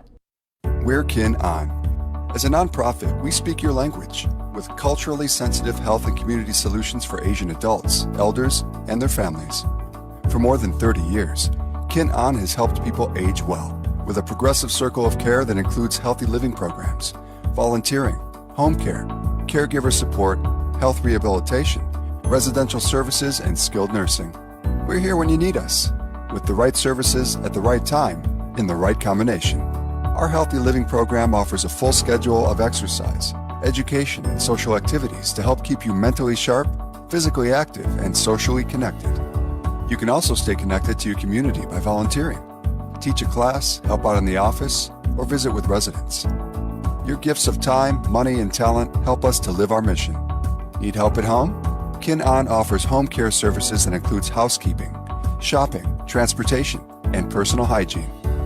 If you're caring for a loved one at home, Kin An can support you with chronic care classes, in-home support, and respite care. When living at home is no longer possible, Kin An offers a variety of living solutions, including assisted living apartments, an adult family home, and a skilled nursing center. Each are culturally sensitive, serving the Asian foods residents love and speaking the languages they understand. Need rehabilitation services after a medical event? You can recover in the comfort of your own home. or stay at our rehabilitation and care center, or use a mix of both to support your recovery on your terms. Whatever you need, Kin On is true to you. You are at the center of everything we do and every service we provide. One phone call connects you to Kin On's care navigators. We'll help you access all the services we provide. Plus, we'll stay in touch as your needs change. With Kin On, it's like having a whole family watching out for you. And if we don't have what you're looking for, we'll help you find it, including assistance with social services, access to nonprofit agencies, and navigating Medicare, Medicaid, or insurance claims. One call does it all. Start young. We look forward to helping you live long and age strong. At Kin On, we're true to you every step of the way. Thank you for coming， 谢谢大家今天来到我们建安这个银发节。Thank you everyone for joining a Healthy Living program, Seniors Day Festival today. We just saw a sponsors video, and thank you to our sponsors. And we also saw a program promotion for our Kin On programs. As you can see, we are a senior care facility with a lot of community-based services. So these are our programs, and you are joining the Healthy Living program currently. So these are our current schedule. Feel free to sign up to any of those, and we are excited to see you. And you just saw a demo from Shujun Lao Shi, and she was wonderful, as you can see. Unfortunately, we have short on time today, so we couldn't have Carol Ann to show you the enhanced fitness, but she's awesome. You can see that there are 5 sessions in the week for our enhanced fitness program. So shortly, we will begin our next program with AARP, Home Fit program. And we have John and Lee showing up today. Thank you so much for their AARP partnership and sponsorship for this event, and bringing us this wonderful program for Home Fit. And I see that Lee and also, let's see, it's already on. Let me add spotlight. Hi, Lee. And also John. I am seeing you, so I assume you see. All right. And also John is on as well. Hello. Oh, hi. Hi. Would you be sharing us with a slideshow as well? We have our state employee, Ashley Aiken, who is going to do the slideshow for us. Lee and I are the speakers. Great. Okay. So let me check on. We were communicating with Carol Ann Smith. Yes, Carol Ann is here as well. Oh, good. Mm-hmm. And I can see Ashley Aikens here. So Ashley, would you be able to share your slide as well?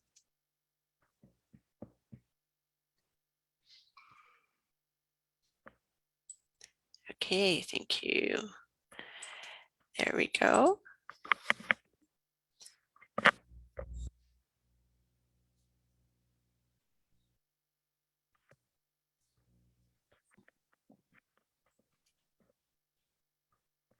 So thank you so much. I will pass the mic to John from AARP. Okay, is it all right if we start early? Yes, definitely. Okay.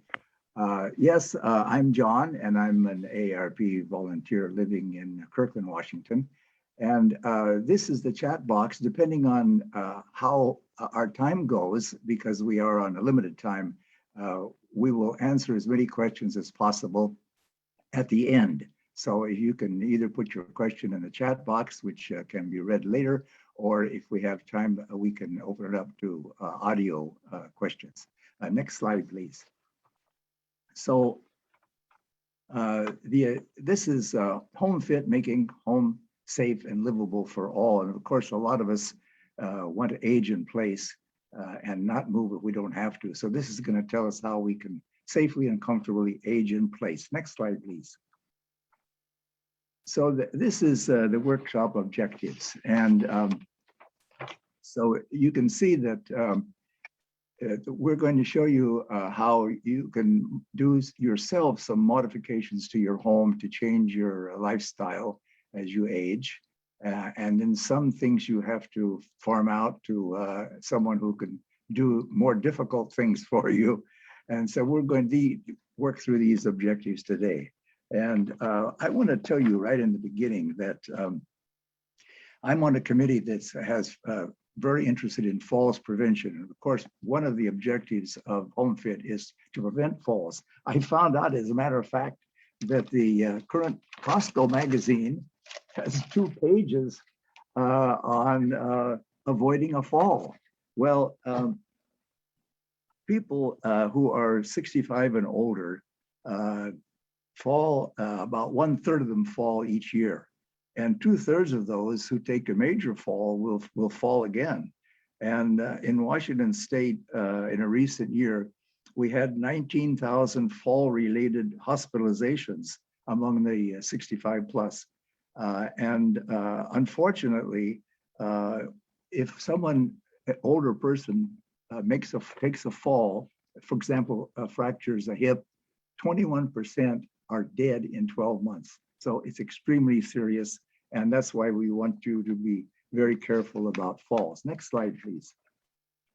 So what if you don't want to stay in your home or buy another home and move into? What if you say, hey, I'm not going to do anything anymore. I want to go out and be waited on. Well, here are the costs in Washington State. These are average, the cost of not staying in your home. And as you can see, these are pretty expensive. For example, a skilled nursing facility, a room can cost up to $12,000 a month. And so you can do a lot of home modification for even 1 month stay in a nursing home. And of course, you're not going to go into a nursing home immediately, hopefully, maybe never. But you can see that even having a practical nurse come in, the median national rate is $87.50 a day. So that's a sizable chunk of money. And, you know, Medicare doesn't cover long-term care, unfortunately. A lot of people think it does, but Medicare will cover some stay in a nursing home for rehabilitation after you've been in a hospital for surgery or something like that, but not for long-term care. Next slide, please. Now, let's look at the exterior of the house, because that's the first place that you see when you're looking at what you can do. Next slide, please. John? Yes. I think that's mine. Go. Okay. Could we back up for just a second, please? Ashley, go back. Yes, when we think about the exterior of a house, that's where people first enter the house. And we want to ensure that there is safe and convenient entrance for everyone. So what we would hope is that you have a 0-step entry. And the point is that you want to have your home accessible not only to yourself if you have disabilities, but to friends and family that might come and visit you. So you want to make sure that you have it safe so there are no falls. And as I say, if you can't achieve, if you don't have a step-free entry into your house, there's a variety of ramps. So Ashley, next chart, please. Let's look at the rightmost one first. And this is if you've got too high a step going into your front door. That is actually the simplest of the ramps that you could have there. But I would encourage you to have a handrail by the door for safety purposes. And then you see the temporary ramp next to that and a permanent one that's next to that. And the temporary you might be able to achieve if you've got some handy family members and you understand how to do it, but the other would definitely have to be done by a professional. Now, there is a book that is called the HomeFit Guide, and we don't have a picture of that right at the moment, But that, thank you, John. That would be the one that gives you the information, all the details on that. And I apologize for this side noise. I can't stop it right at the moment. The Home Fit Guide gives you all kinds of details on what the requirements are so that you can set up a ramp that is appropriate for your circumstances. And you need to keep in mind that it doesn't necessarily have to be at your front door. It could be anywhere that it is safe and convenient. When I was living in California, the people next door to me put a ramp in by a bedroom that happened to be right next to the front door, and that worked out well for them. But it's important to have lighting, good lighting, and it's important to have handrails. And sometimes you can set up solar lighting that leads up to your front door. But in the Northwest community, where we have an awful lot of gloom and doom, I think that if you go with something that you have control over, it might work best for you. So let's go to the next slide, please. And here we're talking more about the entry doors. And again, it's how you can come in and out of your house safely and conveniently. And if you've got somebody that is dealing with a wheelchair, let's go to the next chart. You have an access issue that you need to be concerned with. And this is a hinge, a kind of a hinge that is available that you can have put on your door so that it swings totally free, so you have the full access to get in and out. So next chart, please. Getting in and out, you want to be convenient and you want it to be safe. So you need to have a peephole that you can see out of. I am short, and peepholes indoors are usually, unless the person standing outside is 6.5 feet tall, I can't even see the top of their heads. So now, you need to put it in at a level where you can see it.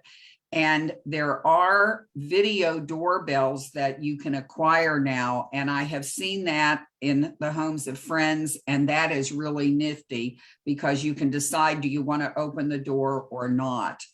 And then look at the handle. Look at the door handle. Knobs are very difficult to work with as we get older, especially when if you've got arthritis in your hands, it's very difficult to handle the knob. But if you put in a lever handle, that makes it easy to open. If you've got your arms full of packages, you can open it with your elbow. It just makes it a whole lot easier. And also, if you put in a digital lock, then all you have to do is punch in the numbers and you don't have to fish around for a key in your pocket. There are all kinds of technologies that are available for you. And again, you can find them in the Home Fit Guide. But I suggest that if you use anything that uses the internet, that you make sure that you have it properly passworded so that it is safe for you. And now let's talk about some entry spaces, John. Yes, that's true. And as a matter of fact, Yoko and I do have lever handles throughout our home, and they're very helpful. I often have a garbage or a recycling bag in each hand, and I can open and close the door with my elbow, so they work very well. We want to have a nice, warm and comfortable entryway for people coming. And of course, they're not coming as often now with the COVID going on, but hopefully they will again in the future. And so it's good to have natural light and open space where people are not going to trip or fall. And by the way, this presentation applies also to people who are not living in their own homes. You may be living in an apartment, but there this presentation also includes things that you can do to make yourself comfortable and safe in an apartment. And by the way, at the front door, if you can see light coming in around your door or below your door, you might be losing heat in the wintertime or air conditioning in the summer. And even I, who's not very clever, went to Home Depot and managed to cover up that opening below one of our outside doors. Next slide, please. So when you see this this green star, these are items that you might be able to fix yourself without having to hire someone. And so, you know, your mother probably told you there's a place for everything and everything in its place. And sometimes we don't put things in the right place. So this is an idea where you can hang up your handbag, where you can put something in a box, which also is a bench that you can sit on. Yoko and I lived in Japan for a long time. And of course, we take off our shoes when we enter the home in Japan, and we carry that over here too. It works very well. So we do take off our shoes, and there's a big box of slippers by our door, and at a bench. So we change right there. And of course, the car keys, you know, where did I leave my car keys? Well, there they are. They're hanging right by the door. And also letters that to be mailed, or maybe letters that came in. So these are things that you can do yourself. And with, in a matter of fact, our previous housekeeper, she wouldn't get vaccinated. So we wouldn't let her come anymore. And my wife is teaching me housekeeping 101. I now know how to vacuum the house, something I've learned in my old age. Next slide, please. So the kitchen is a place where people gather if you allow them. So it's an important place, and you spend a lot of time in the kitchen. Next slide, please. And so, yes, it's nice if you can sit at a table to prepare food, because I know as we get older, our backs don't support us as well as they used to. And it's nice if you can do some work sitting down. And you can, it doesn't take a great deal to modify your kitchen so that you can do that. And of course, you want to have caulking around your sink and your basin so things don't leak. And a friend of mine is a builder who fixes homes for the long-term living. And he said, well, it's expensive, but you know, if you do it early and enjoy the modifications you've made if it's your own home, then you can enjoy them for a long time, and they will add to the resale value. So the next slide, please. We're looking now at cabinets and shelving and drawers and handles. And Lee and I both agree that this handle on this door, on this pull-out, is not what we like, because I have caught my sleeve on that kind of handle several times. But a more D-shaped one would be better, I think. And then, of course, we've just installed new kitchen sink faucets that work much better than the old ones. And it's, of course, lever handle, and that works very well. And by the way, we had a plumber in recently, and be sure you know where the main water turnoff is in your house or your apartment, because one time we had to turn all the water off in an emergency, and I was very glad that I know where it was, in our kind of misplaced in our utility room. And so let's look at the next slide about appliances. And I know that the overhead microwaves save space, but things can fall if you bring out a hot cup of coffee that you've just warmed up. So we've found that having the microwave on the counter is safer and easier to use. These drawers that pull out, though, work very well. We had our kitchen converted to those kinds of things. So when you can pull a drawer out that's on rollers, you can put a lot of stuff in it, and it's easy to get things in and out. So it's really recommended that you do that. And you can find a lot more suggestions in this home fit guide. And by the way, that guide, you can download that if you go to AARP Home Fit Guide, and you can put it in your computer or laptop, or ask AARP to mail one to you, and they will send it to you free. And it's 26 pages of a lot of good information. So I'm turning it over to Lee now to give us her wisdom and knowledge. Oh, thank you. But I would like to add something to what you've said. Ashley, can we go back for just a second, please? John's comment about having the shelves converted into pull-out drawers would be an ideal situation. But I want to make you aware of the fact that if you go to the stores that carry kitchen type things, stores like Bed Bath & Beyond and maybe Fred Meyer's, and I can't think of Target, they sometimes have bins that are deep enough to put in sizable amounts of things and still fit into your cupboard, but they come on a rail. So all you have to do is pull out the bin and it becomes a drawer. Excuse me. My husband and I recently moved into senior living, but I had that in my previous home as well, because I really think that drawer idea is a marvelous, it's just a marvelous convenience. And you can put that in your kitchen, but they also have narrower shelves that are available for you. And sometimes they're 2 levels high that you can put under your sink, either in the kitchen or in your bathroom.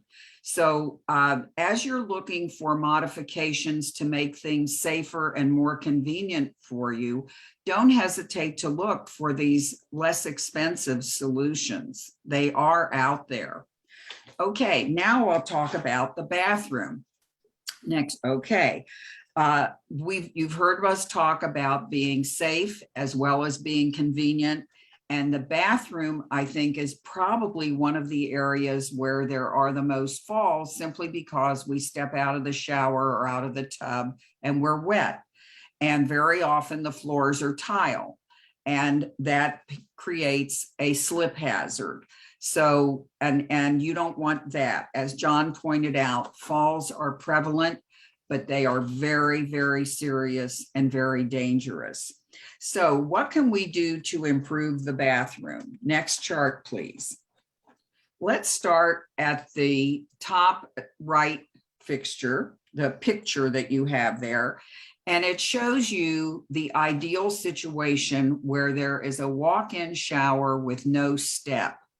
That means your toe isn't catching on anything as you're walking in. Or if you need to use a walker or a wheelchair, you can get in very easily. So that would be an ideal situation. Also, if you notice, there is a seat that's in there, and that's a very important thing to have. It's convenient, but it makes it safe so that you don't fall while you're getting yourself clean. And the shower, the handheld shower faucet, is an ideal way to be able to get to all of your parts and get it thoroughly rinsed and when you're finished with your washing process. And please note, there is a horizontal handrail in there. And handrails are very important. The safest ones are put in to the wall, not the suction cup ones. There are a lot of them out that are suction cup, and they claim to be safe, but they are not. You cannot guarantee that. So please do not rely upon a suction cup handrail.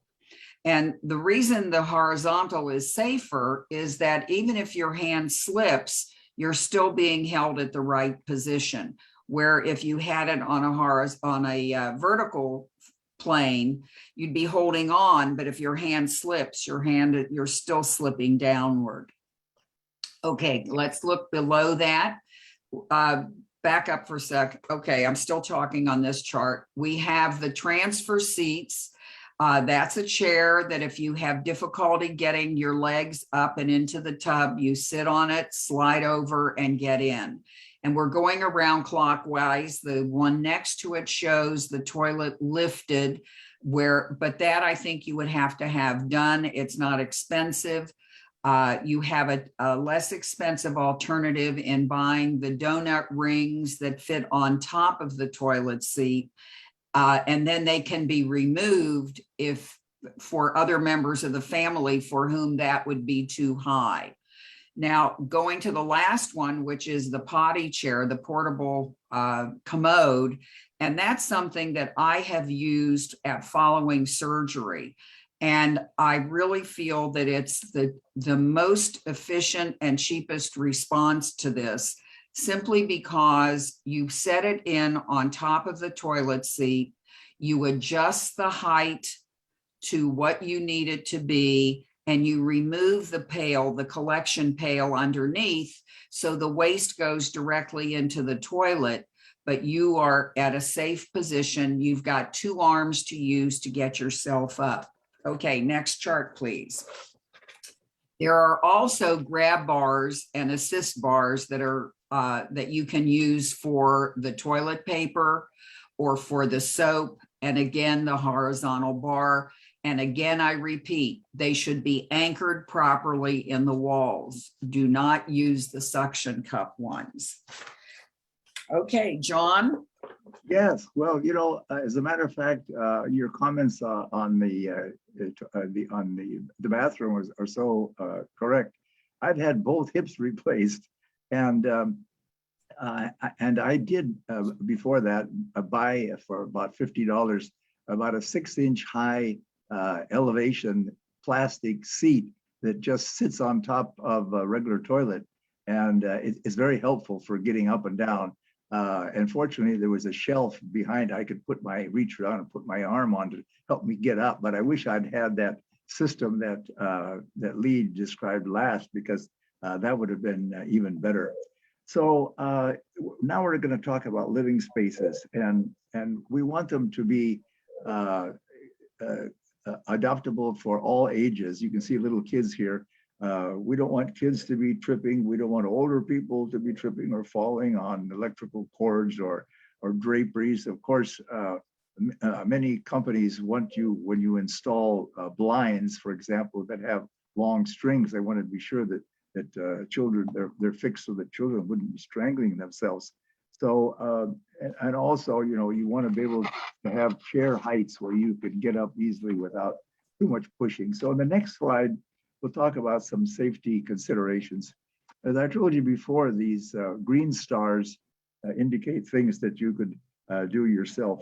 For example, on the right side, you could have non-slip mats or double-sided tape to put down so that people wouldn't trip on the corner of the carpet sticking out.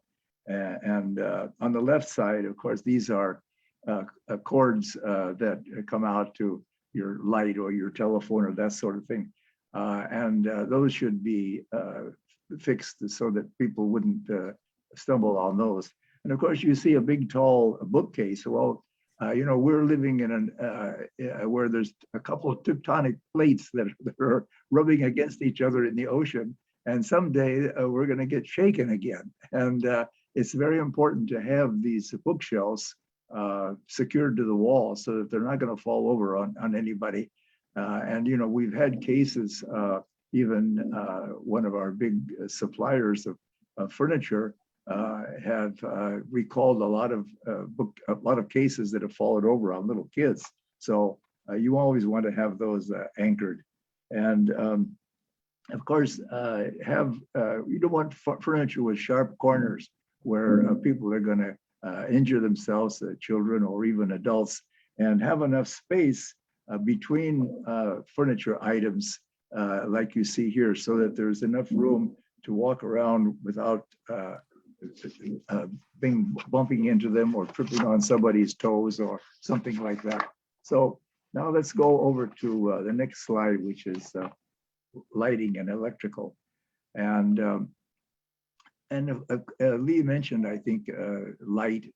It's important to have a natural light, but you can get lights that even battery operated that you can attach to above your bed or wherever you need them. And in our bedroom, we have motion sensor lighting. It's very cheap. You know, LED lighting doesn't take hardly any electricity anymore. And I do get up during the night sometimes. So it's important that I have enough light to get to the bathroom and back. And so these are, you know, worth their weight in gold in a sense. And you see this light switch is rocker style, and those are easy to turn on and off. We have actually some in our home that you just touch and go and turn on and off.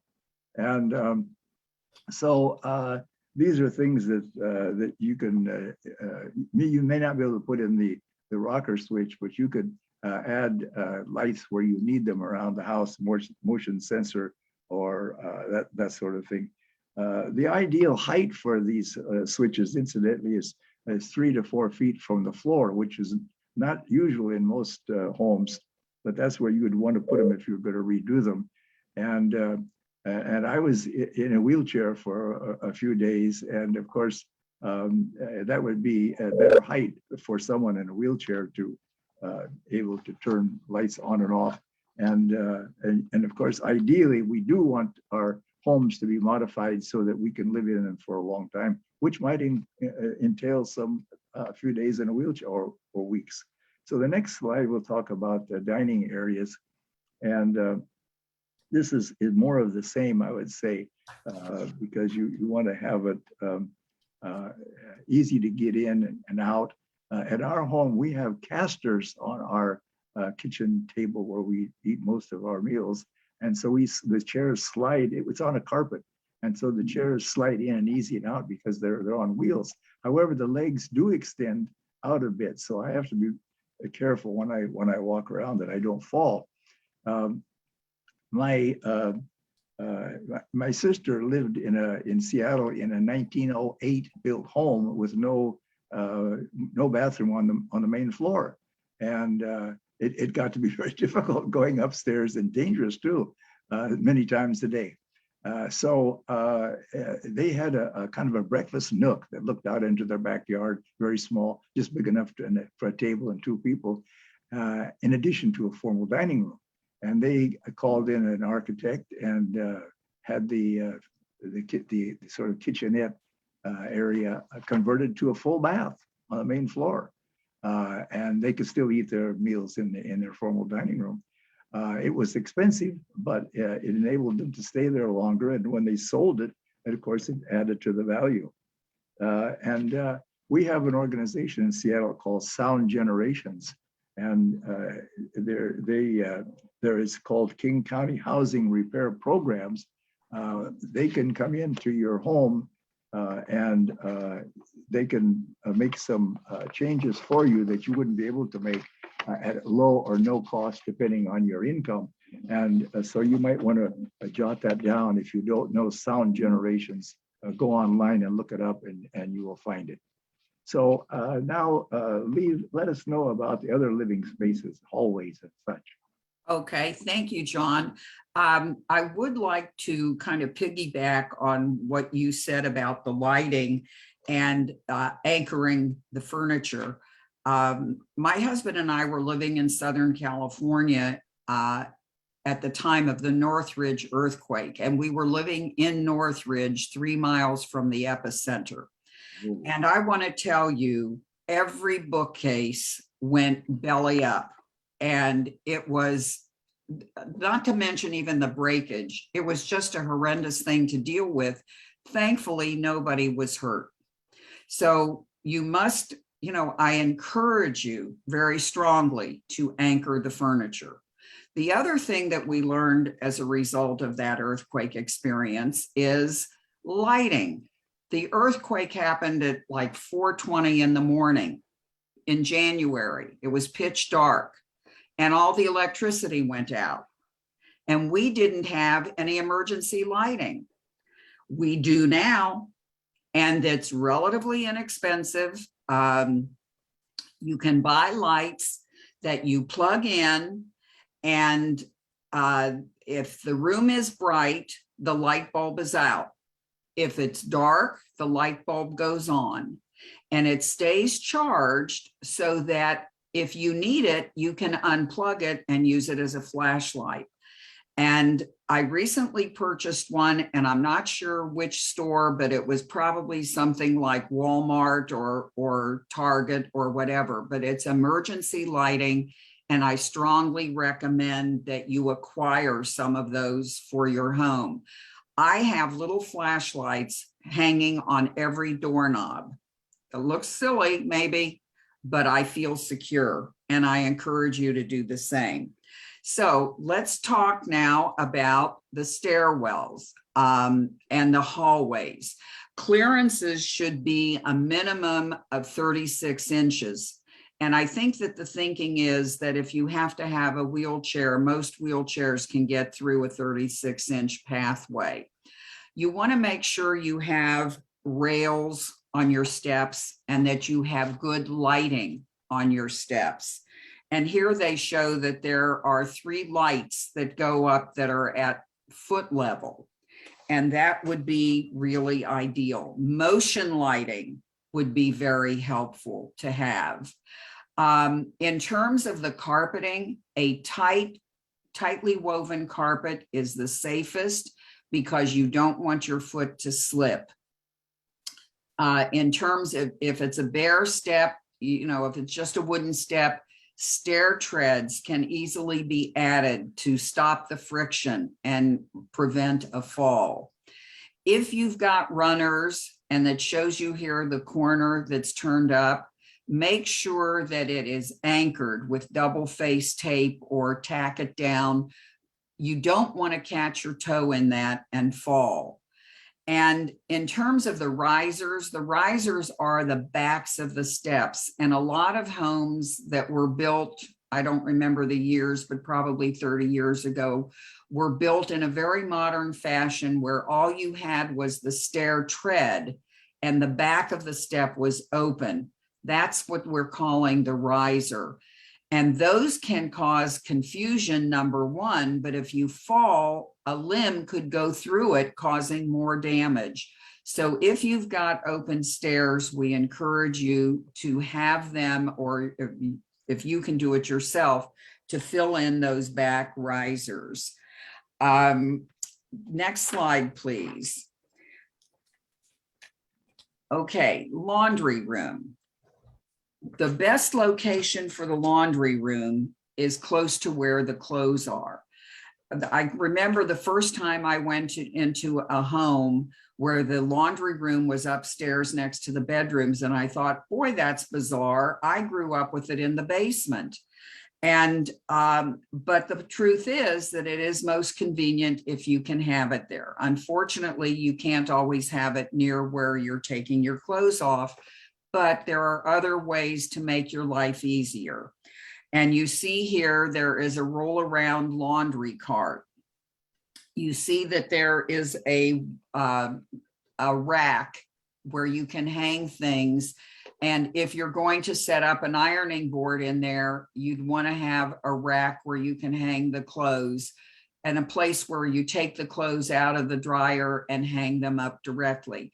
All of these things are things that are easy to add to the location, but you need to figure out what works best for you. In terms of the washing machines, I'm short. I have had to use a reacher, and you can buy those reaching tools in most convenience stores, again, like Target and I believe Home Depot and whatever. I can't remember where exactly I bought mine, but I had a tub that I had to lean into. And when I was taking things out, when they were washed, I couldn't reach the socks at the bottom of the tub. So I had to use the reacher. And the same thing with the dryer. I couldn't get down low enough to get in there to reach it. So I had to use the reacher. But if you're buying new, you can buy something that has a riser, and it shows here in the picture where there's like a drawer underneath each one, but it puts it at a level where you can reach the items. And keep in mind, there's also the washer and dryer combination if you've got a space limit. And this, again, from personal experience, having moved into senior living, I had to give up my washer and dryer where I could put in really big loads. Now I have a stackable and I can't put in as big a load. So, which means I'm doing the laundry a little bit more often, but it's a whole lot more convenient than it was before. So think about what works best for you in that. Next slide, please. Okay, there was one other thing that I did want to mention. Can you go back for a second, Ashley? Go back to the stairs, to the stairwell. Thank you. I don't forget that there is an option of a chair elevator. Particularly if you've got a single stairway like this, it's relatively easy to put one in.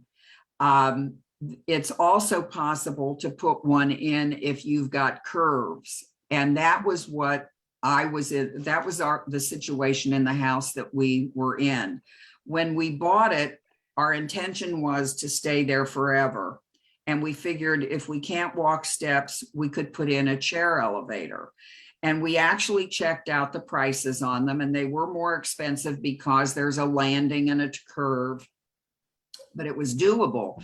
So we stayed where we selected the house, we've stayed in the house.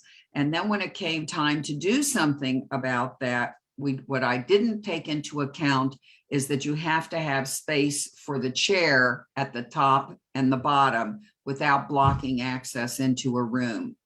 So think about that. And also, if it works for you, there are some that are used that you might be able to acquire for less money. So now let's get back to where we were, the quick fix, the resources. Information has been sent to you and hopefully, or it will be sent to you today. I'm not sure which, but you will have, you'll be able to learn about the AARP livable communities. The Home Fit Guide, I think, is one of the programs that was sent to you.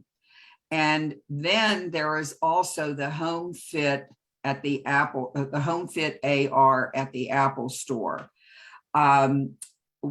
AARP has a wealth of information for you. And we encourage you to see what all, take advantage of all the different programs and pieces of information that we have for you on the website. Occupational therapists are wonderful resources to help you determine if you have a physical issue that you're concerned about. And there are also certified aging in place specialists, and they recognize the unique needs of older adult population, and they are knowledgeable about aging in place modifications. So please utilize these resources to your benefit. Next chart, please. And now I'm going to throw it open to take questions from your audience. Thank you, Lee and John, for sharing with us today. We got one question in the chat. It's from Serena, and I can read it out loud.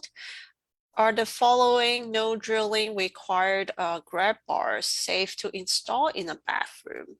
And she also shared a link from the Home Depot. So let me try to share.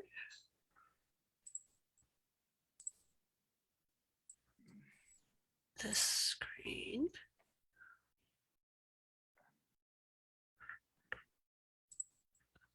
Hold on. So she is pointing to this particular Home Depot grab bar that it looks like no drilling required, because Lee mentioned don't use anything with the suction cup, but this one seems to be no drilling. Well, my personal feeling is you have to ask yourself the question, do you think it will hold your weight if you fall and you're grabbing on that to keep yourself from falling? And I personally would not feel safe with that. John, what is your thought? I feel the same way. I thought of installing those in our shower. And if you go to Amazon, for example, and read the reviews, you can see a lot of good reviews. But I think the reviews were good because they were easy to attach with suction cups, not because the reviews didn't reflect people actually falling and using them. And I found some other reviews that said that they're pretty dangerous. So I quite agree with Lee. I wouldn't use any grab bars in the shower or anywhere else that weren't drilled into the studding of the room. Yeah, I think by reading some of the product overview, like Sharina, it says seems like up to 250 pounds, and it may or may not be adequate, just like what John and Lee was saying. And also definitely drilling into would be a little bit more secure than these type of no drill, because what if we apply it not strong enough, or the glue not stay through, or for whatever reason. So these are some products, but if we want it to be a little bit more secure, definitely the drill-in versions. Now, I think you have to keep in mind that most of the time when we use, or at least when I use a grab bar, it's to steady myself. But there are times that I use it to pull myself up. Like I have a horizontal bar in my bathtub, and because of my knees, I need to pull on that and pull my weight on that to get myself up to standing. But if I were falling, it would be not just my weight, but the added force of the fall and stopping the fall. So I think to err on the side of safety and have it anchored properly with bolts into the stud, like John said. Ew. Are there any questions from our audience? I thought it said that you have 10. What I'm looking at now, it says 10. Is that the chat box? You took one of them, I guess. Yes, we also included some of the information that we just shared, the links to the AARP guide, and also including the sound generations home repaired programs to the link, so people can refer back. So we're open to taking live questions if your audience wants to ask them. 好，看看大家有没有任何问题，也可以用中文问，我也可以做一个翻译。So everyone can ask, whether in English or in Mandarin or any other language, and we can translate back to Lee and John.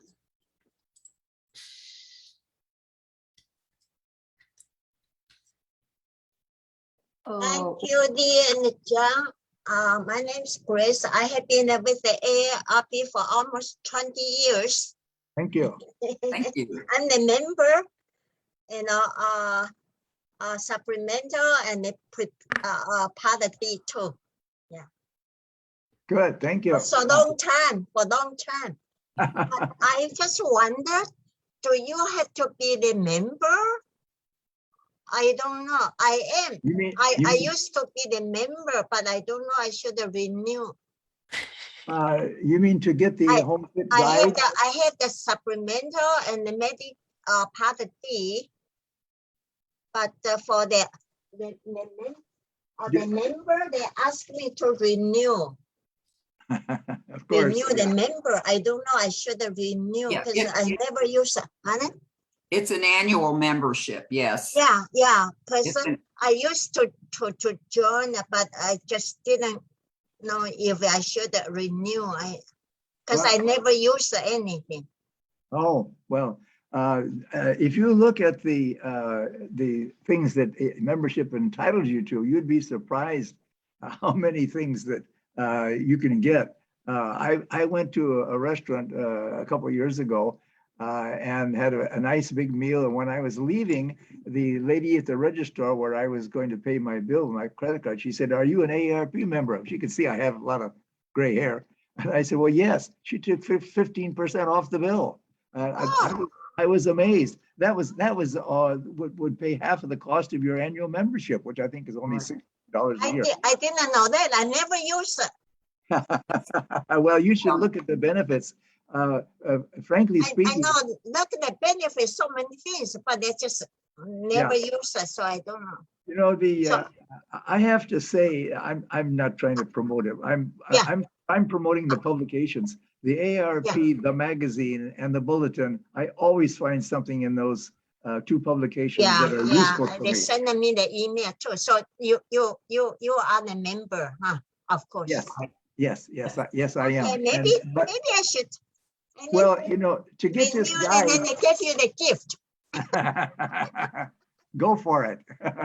But if you want this guide, I don't think you have to be a member to get this guide. I think you can, you can, if you have a computer or someone who will go online and send a request to you, it'll be mailed to your home. And this is 32 pages of very useful information. Go for it. We all pay so much for the supplemental and the Part D. I paid so much for the Medicare Part B too, according to your income, you know. Yeah. Well, when you talk about supplemental, you're talking about a health insurance, and we don't have anything to do with that. That's a different part of AARP. Yeah. Okay. Yeah. Thank you. Thank you.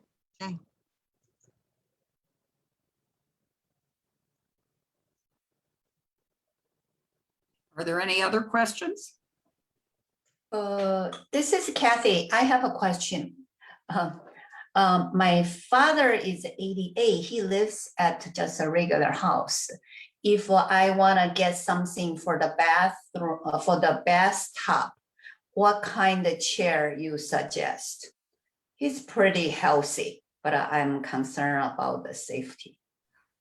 You know, I would say there are a number of different things that are available, and I think you can check them out online to see what they look like. And there are medical supply stores all over this area where you could go and take a look at what they actually have and see and make a decision, especially since you're doing it now. You're planning ahead, which I think is an excellent thing to do. And then talk to him about it and tell him that this is what you think would work. What does he think? And see if he comes up with something that says, well, yeah, that will work, but what I'd really prefer is something that has XYZ. So you know, that way you don't buy it and then say, gee, now I have to buy something different. Yeah. And Lee, you know, when I had my hips replaced, I bought, before that, I prepared by having a stool that I could sit on while I'm bathing. And it has, the legs are adjustable. And because I was afraid of trying to stand up while I'm bathing. So I could sit on that stool. Of course, if I try to sit on the bottom of a tub, I wouldn't be, or a shower, I wouldn't be able to get up. But with that stool, which you mentioned in your presentation, that's very helpful to sit on and wash yourself at the same time. You know, Go ahead. No, I'm sorry. A thought just popped into my head, and that is, visit the thrift stores near you, because at least the Goodwill in Bellevue has had a number of these kinds of things over the years. And that's in fact where I bought that portable commode. And it wasn't very expensive. It was $15 or $20. So I wasn't out a whole lot of money if it didn't work. And when I was finished with it, I donated it back again. But when you were looking for a chair, take a look and see what they have. For a couple of dollars, you might be able to just take it home, try it out and see if it works. And if it does, fine. And if you like that, but you want to get one that's new and special, then you've done a trial on something without a great expenditure. Okay, it's called portable commode, right? Right. Oh, thank you so much. I want to remind that our presentation today was abbreviated because we wanted to fit into the time slot we were told we had. But so we had to eliminate maybe a dozen slides or so. But you can find that information in this guide. And also there are other presentations that we offer on brain health, on fraud prevention, that sort of thing, which we will can list. Hello, Lady Gaga. Oh no, I'm not going to walk your dog. No way. Thank you. So, Thank you.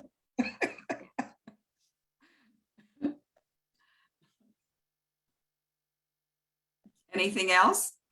Thanks for your suggestion. Appreciate it. Thank you. Any questions for John and Lee? And we will be sharing the home fit guide with you all after the webinar today. And there are also other valuable resources as well. And also the links that Lee and John mentioned, such as the Sound Generations program, as well as the specialist program and all that for aging in place. So one question that I have for Lee and John.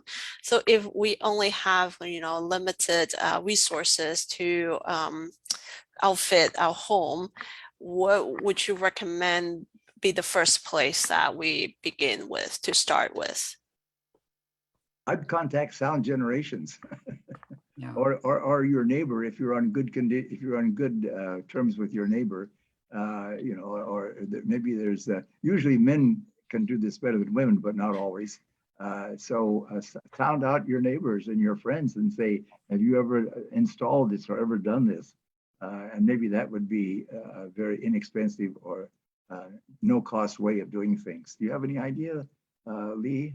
Well, I would say to contact the local community center, because I think that they probably have a lot of resources that they have, information about too. I don't know about Seattle. I know that at one time when I was looking to have the handrails installed in our previous house, when I called the city of Bellevue, they had a whole list of different services that were available. There are also volunteer services. There was, I think it was called the East Side Friends of Seniors. I can't remember if that's exactly what it was called, but we actually had a volunteer who came out and installed the rails for us. This was 5-6 years ago, so I don't remember the details, but we bought the rails and they came out and they did the installation for us, and they wouldn't take money from us. So we wrote a check for a donation to show them how much we appreciated their doing it for us. So look for the community programs and some of your sponsors. Check with some of your sponsors on that. There are services available.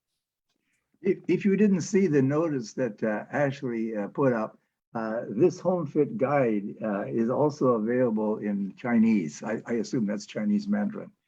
So if you prefer to read it in Chinese, make that request when you ask AARP to mail it to you. All right, thank you very much. Yes, John. Could we, Ashley, did we put up a list of additional topics that we present on? Because I mentioned that we do a brain health, which I think is a very important one, and we do. Oh, here they are. Here's the additional topics that we would be happy to present to you, and they're very important. Living Longer, Living Smarter has 4 segments, by the way, 4 half-hour segments that we can do them we do 2 segments at a time usually. And on Prepare to Care, this is so important because there are millions of caregivers in America, and most of them are women, unfortunately, who do most of the caring for their husbands or their parents or maybe disabled children. And so this also is a good presentation and has a lot of resources that you may not be aware of for helping you to be a caregiver. So these are things that you can request, and it tells you to contact Ashley Aitken at this website. So I would suggest that you consider doing that, and Lee and I or someone else will be happy to present to you. So actually, are you working for AARP? She does, yes. She is a staff member. She is the volunteer coordinator. The agent. So Ashley is the agent. Yes. Ashley is in Washington's. Every state has an AARP office, and the AARP office in Washington State is at SeaTac. There are about, I don't know, 10 or 12 employees. Right now, they're not meeting there. They're not working there. They're working from home. Ashley Aitken is a full-time employee for AARP, working. Yes, working for AARP, and she is what we call the volunteer coordinator. So she is the person responsible for, I don't know how many volunteers we have in this state, but we have quite a few. And so when requests come in, for example, if Keenon wants to do a presentation on brain health, they would ask Ashley to do it, and then she would contact volunteers. I see. Volunteers to make. So Ashley, do you have the phone number? I don't know if she wants to give the phone number. Here it is. Yeah, she's there it is. Can you see that? Can you see the phone number? Oh, it's in the chat box. 399. Oh, it's gone. Oh, can I have it again? If you put it up again, I'll read it out. It's in the chat box. Oh, it's in the chat box. Okay. 399. Okay, 21. Okay, thank you. That's wonderful. Yes. All right, thank you so much. Thank you, John and Lee, for sharing this wonderful information with us today. Hopefully we'll see you around soon for our other topics. Those are also great ones. We used to have another volunteer from AARP, Alan Lai, to share with us about fraud prevention. So he is an expert in that field, and he speaks Mandarin, Cantonese, and English as well. So those are a great topic for us. So thank you again for John and Lee and AARP and Ashley for sharing wonderful information with us. Okay, yeah. Thank Bye. you. Thank you. All right.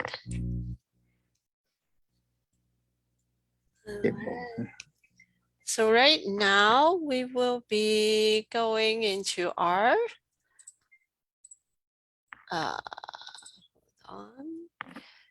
session. I need to spotlight myself. There we go. So 现在差不多已经到了这个活动的尾声，也想要感谢以下的赞助单位再一次，就是 Muckleshoot Indian Tribe, Swedish Health Care Services, Kaiser Permanente, Union Bank, AARP, and Parkers McGenfield. All right. 所以现在到我们最喜欢的一个环节咯，就是抽奖。大家有没有 ready？好，那我们也把明真也 spotlight 给，诶，明真不在哦，没关系。Yes, I am. I'm right here. 没有看到一脸，没关系。那我们的 raffle 呢，已经因为时间关系已经抽了奖，是不是？这几位我们要欢呼吗？Thank you. Oh yeah. There are 5 people. 5 people. 那我们有玉玲跟 Ruby， 他们就是寄了那个 talent show 的一些图画跟图像跟那个 video 给我们，所以他们就抽中奖。然后另外的3位就是 Redmi 你在吗 ？Are you here, Redmi？ 他在，你可以 unmute 自己。然后我们还有 Ink 喂，你也中奖，还有 Mark C。 It's Rebecca. Oh, Mark C is Rebecca. Okay, Rebecca. Yeah, I cannot edit it earlier. I try. 要早一点我试，因为有改，然后有麻烦，我就哎呦糟糕了。没关系。Yeah, I clicked the participant, but it need to mention Gmail. Or invited. I just click and then mine is Maxi and me. But, yeah, and then here it didn't show, but says it. All right, congratulations. And then we have Ying Hui. 因为你要回应哦，你不回应就奖没办法给你哦。或是 Redmi， 我们会唱名3次哦，唱名3次有回应才能拿到这个15元的 gift card。好了，我回应，请立即出声回应。我把 Redmi unmute， 看看下线了，对吧？37个，因为也在37个的，不知道现在37个。他们在 participant 上面。因为呀，大家，嗨，你是 Redmi 吗 ？Redmi， 好，你中奖了，恭喜！好，然后因为 iPad， 请问是哪一位？因为赶快出声音，我们要送您大奖哦。You are you win a 嘿，因为吗 ？YINKWAI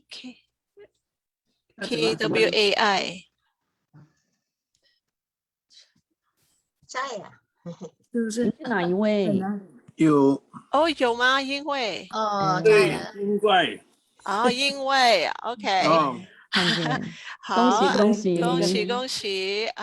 那我们在 chat 里面会发一个email， 那你跟我们联系拿你的奖品哦。好的。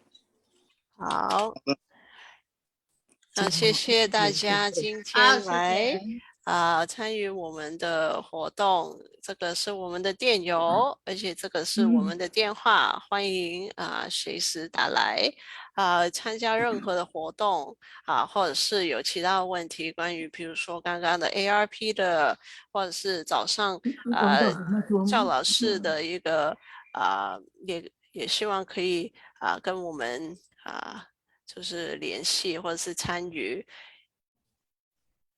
好，看看大家还有没有其他的问题？如果没有，我们广告节目。James 怎么说？你今天是广告节目是不是？今天不是广告节目，今天是建安的银发族的 Festival。那我们是有不一样的。那你们主要表演什么？中间有表演跳舞的。只有跳舞是吧？对对对。那银发族只有跳舞一个节目是不是？没有你要看，如果我们节目有这么多，有有跳舞的，有运动，也有其他的课程这个是我们的时间表哈。那我们暂时可以就是先把那个 Facebook Live 就是可以先关起来。So here and go ahead and stop Facebook Live。所以谢谢今天大家，如果我也开放那个时间。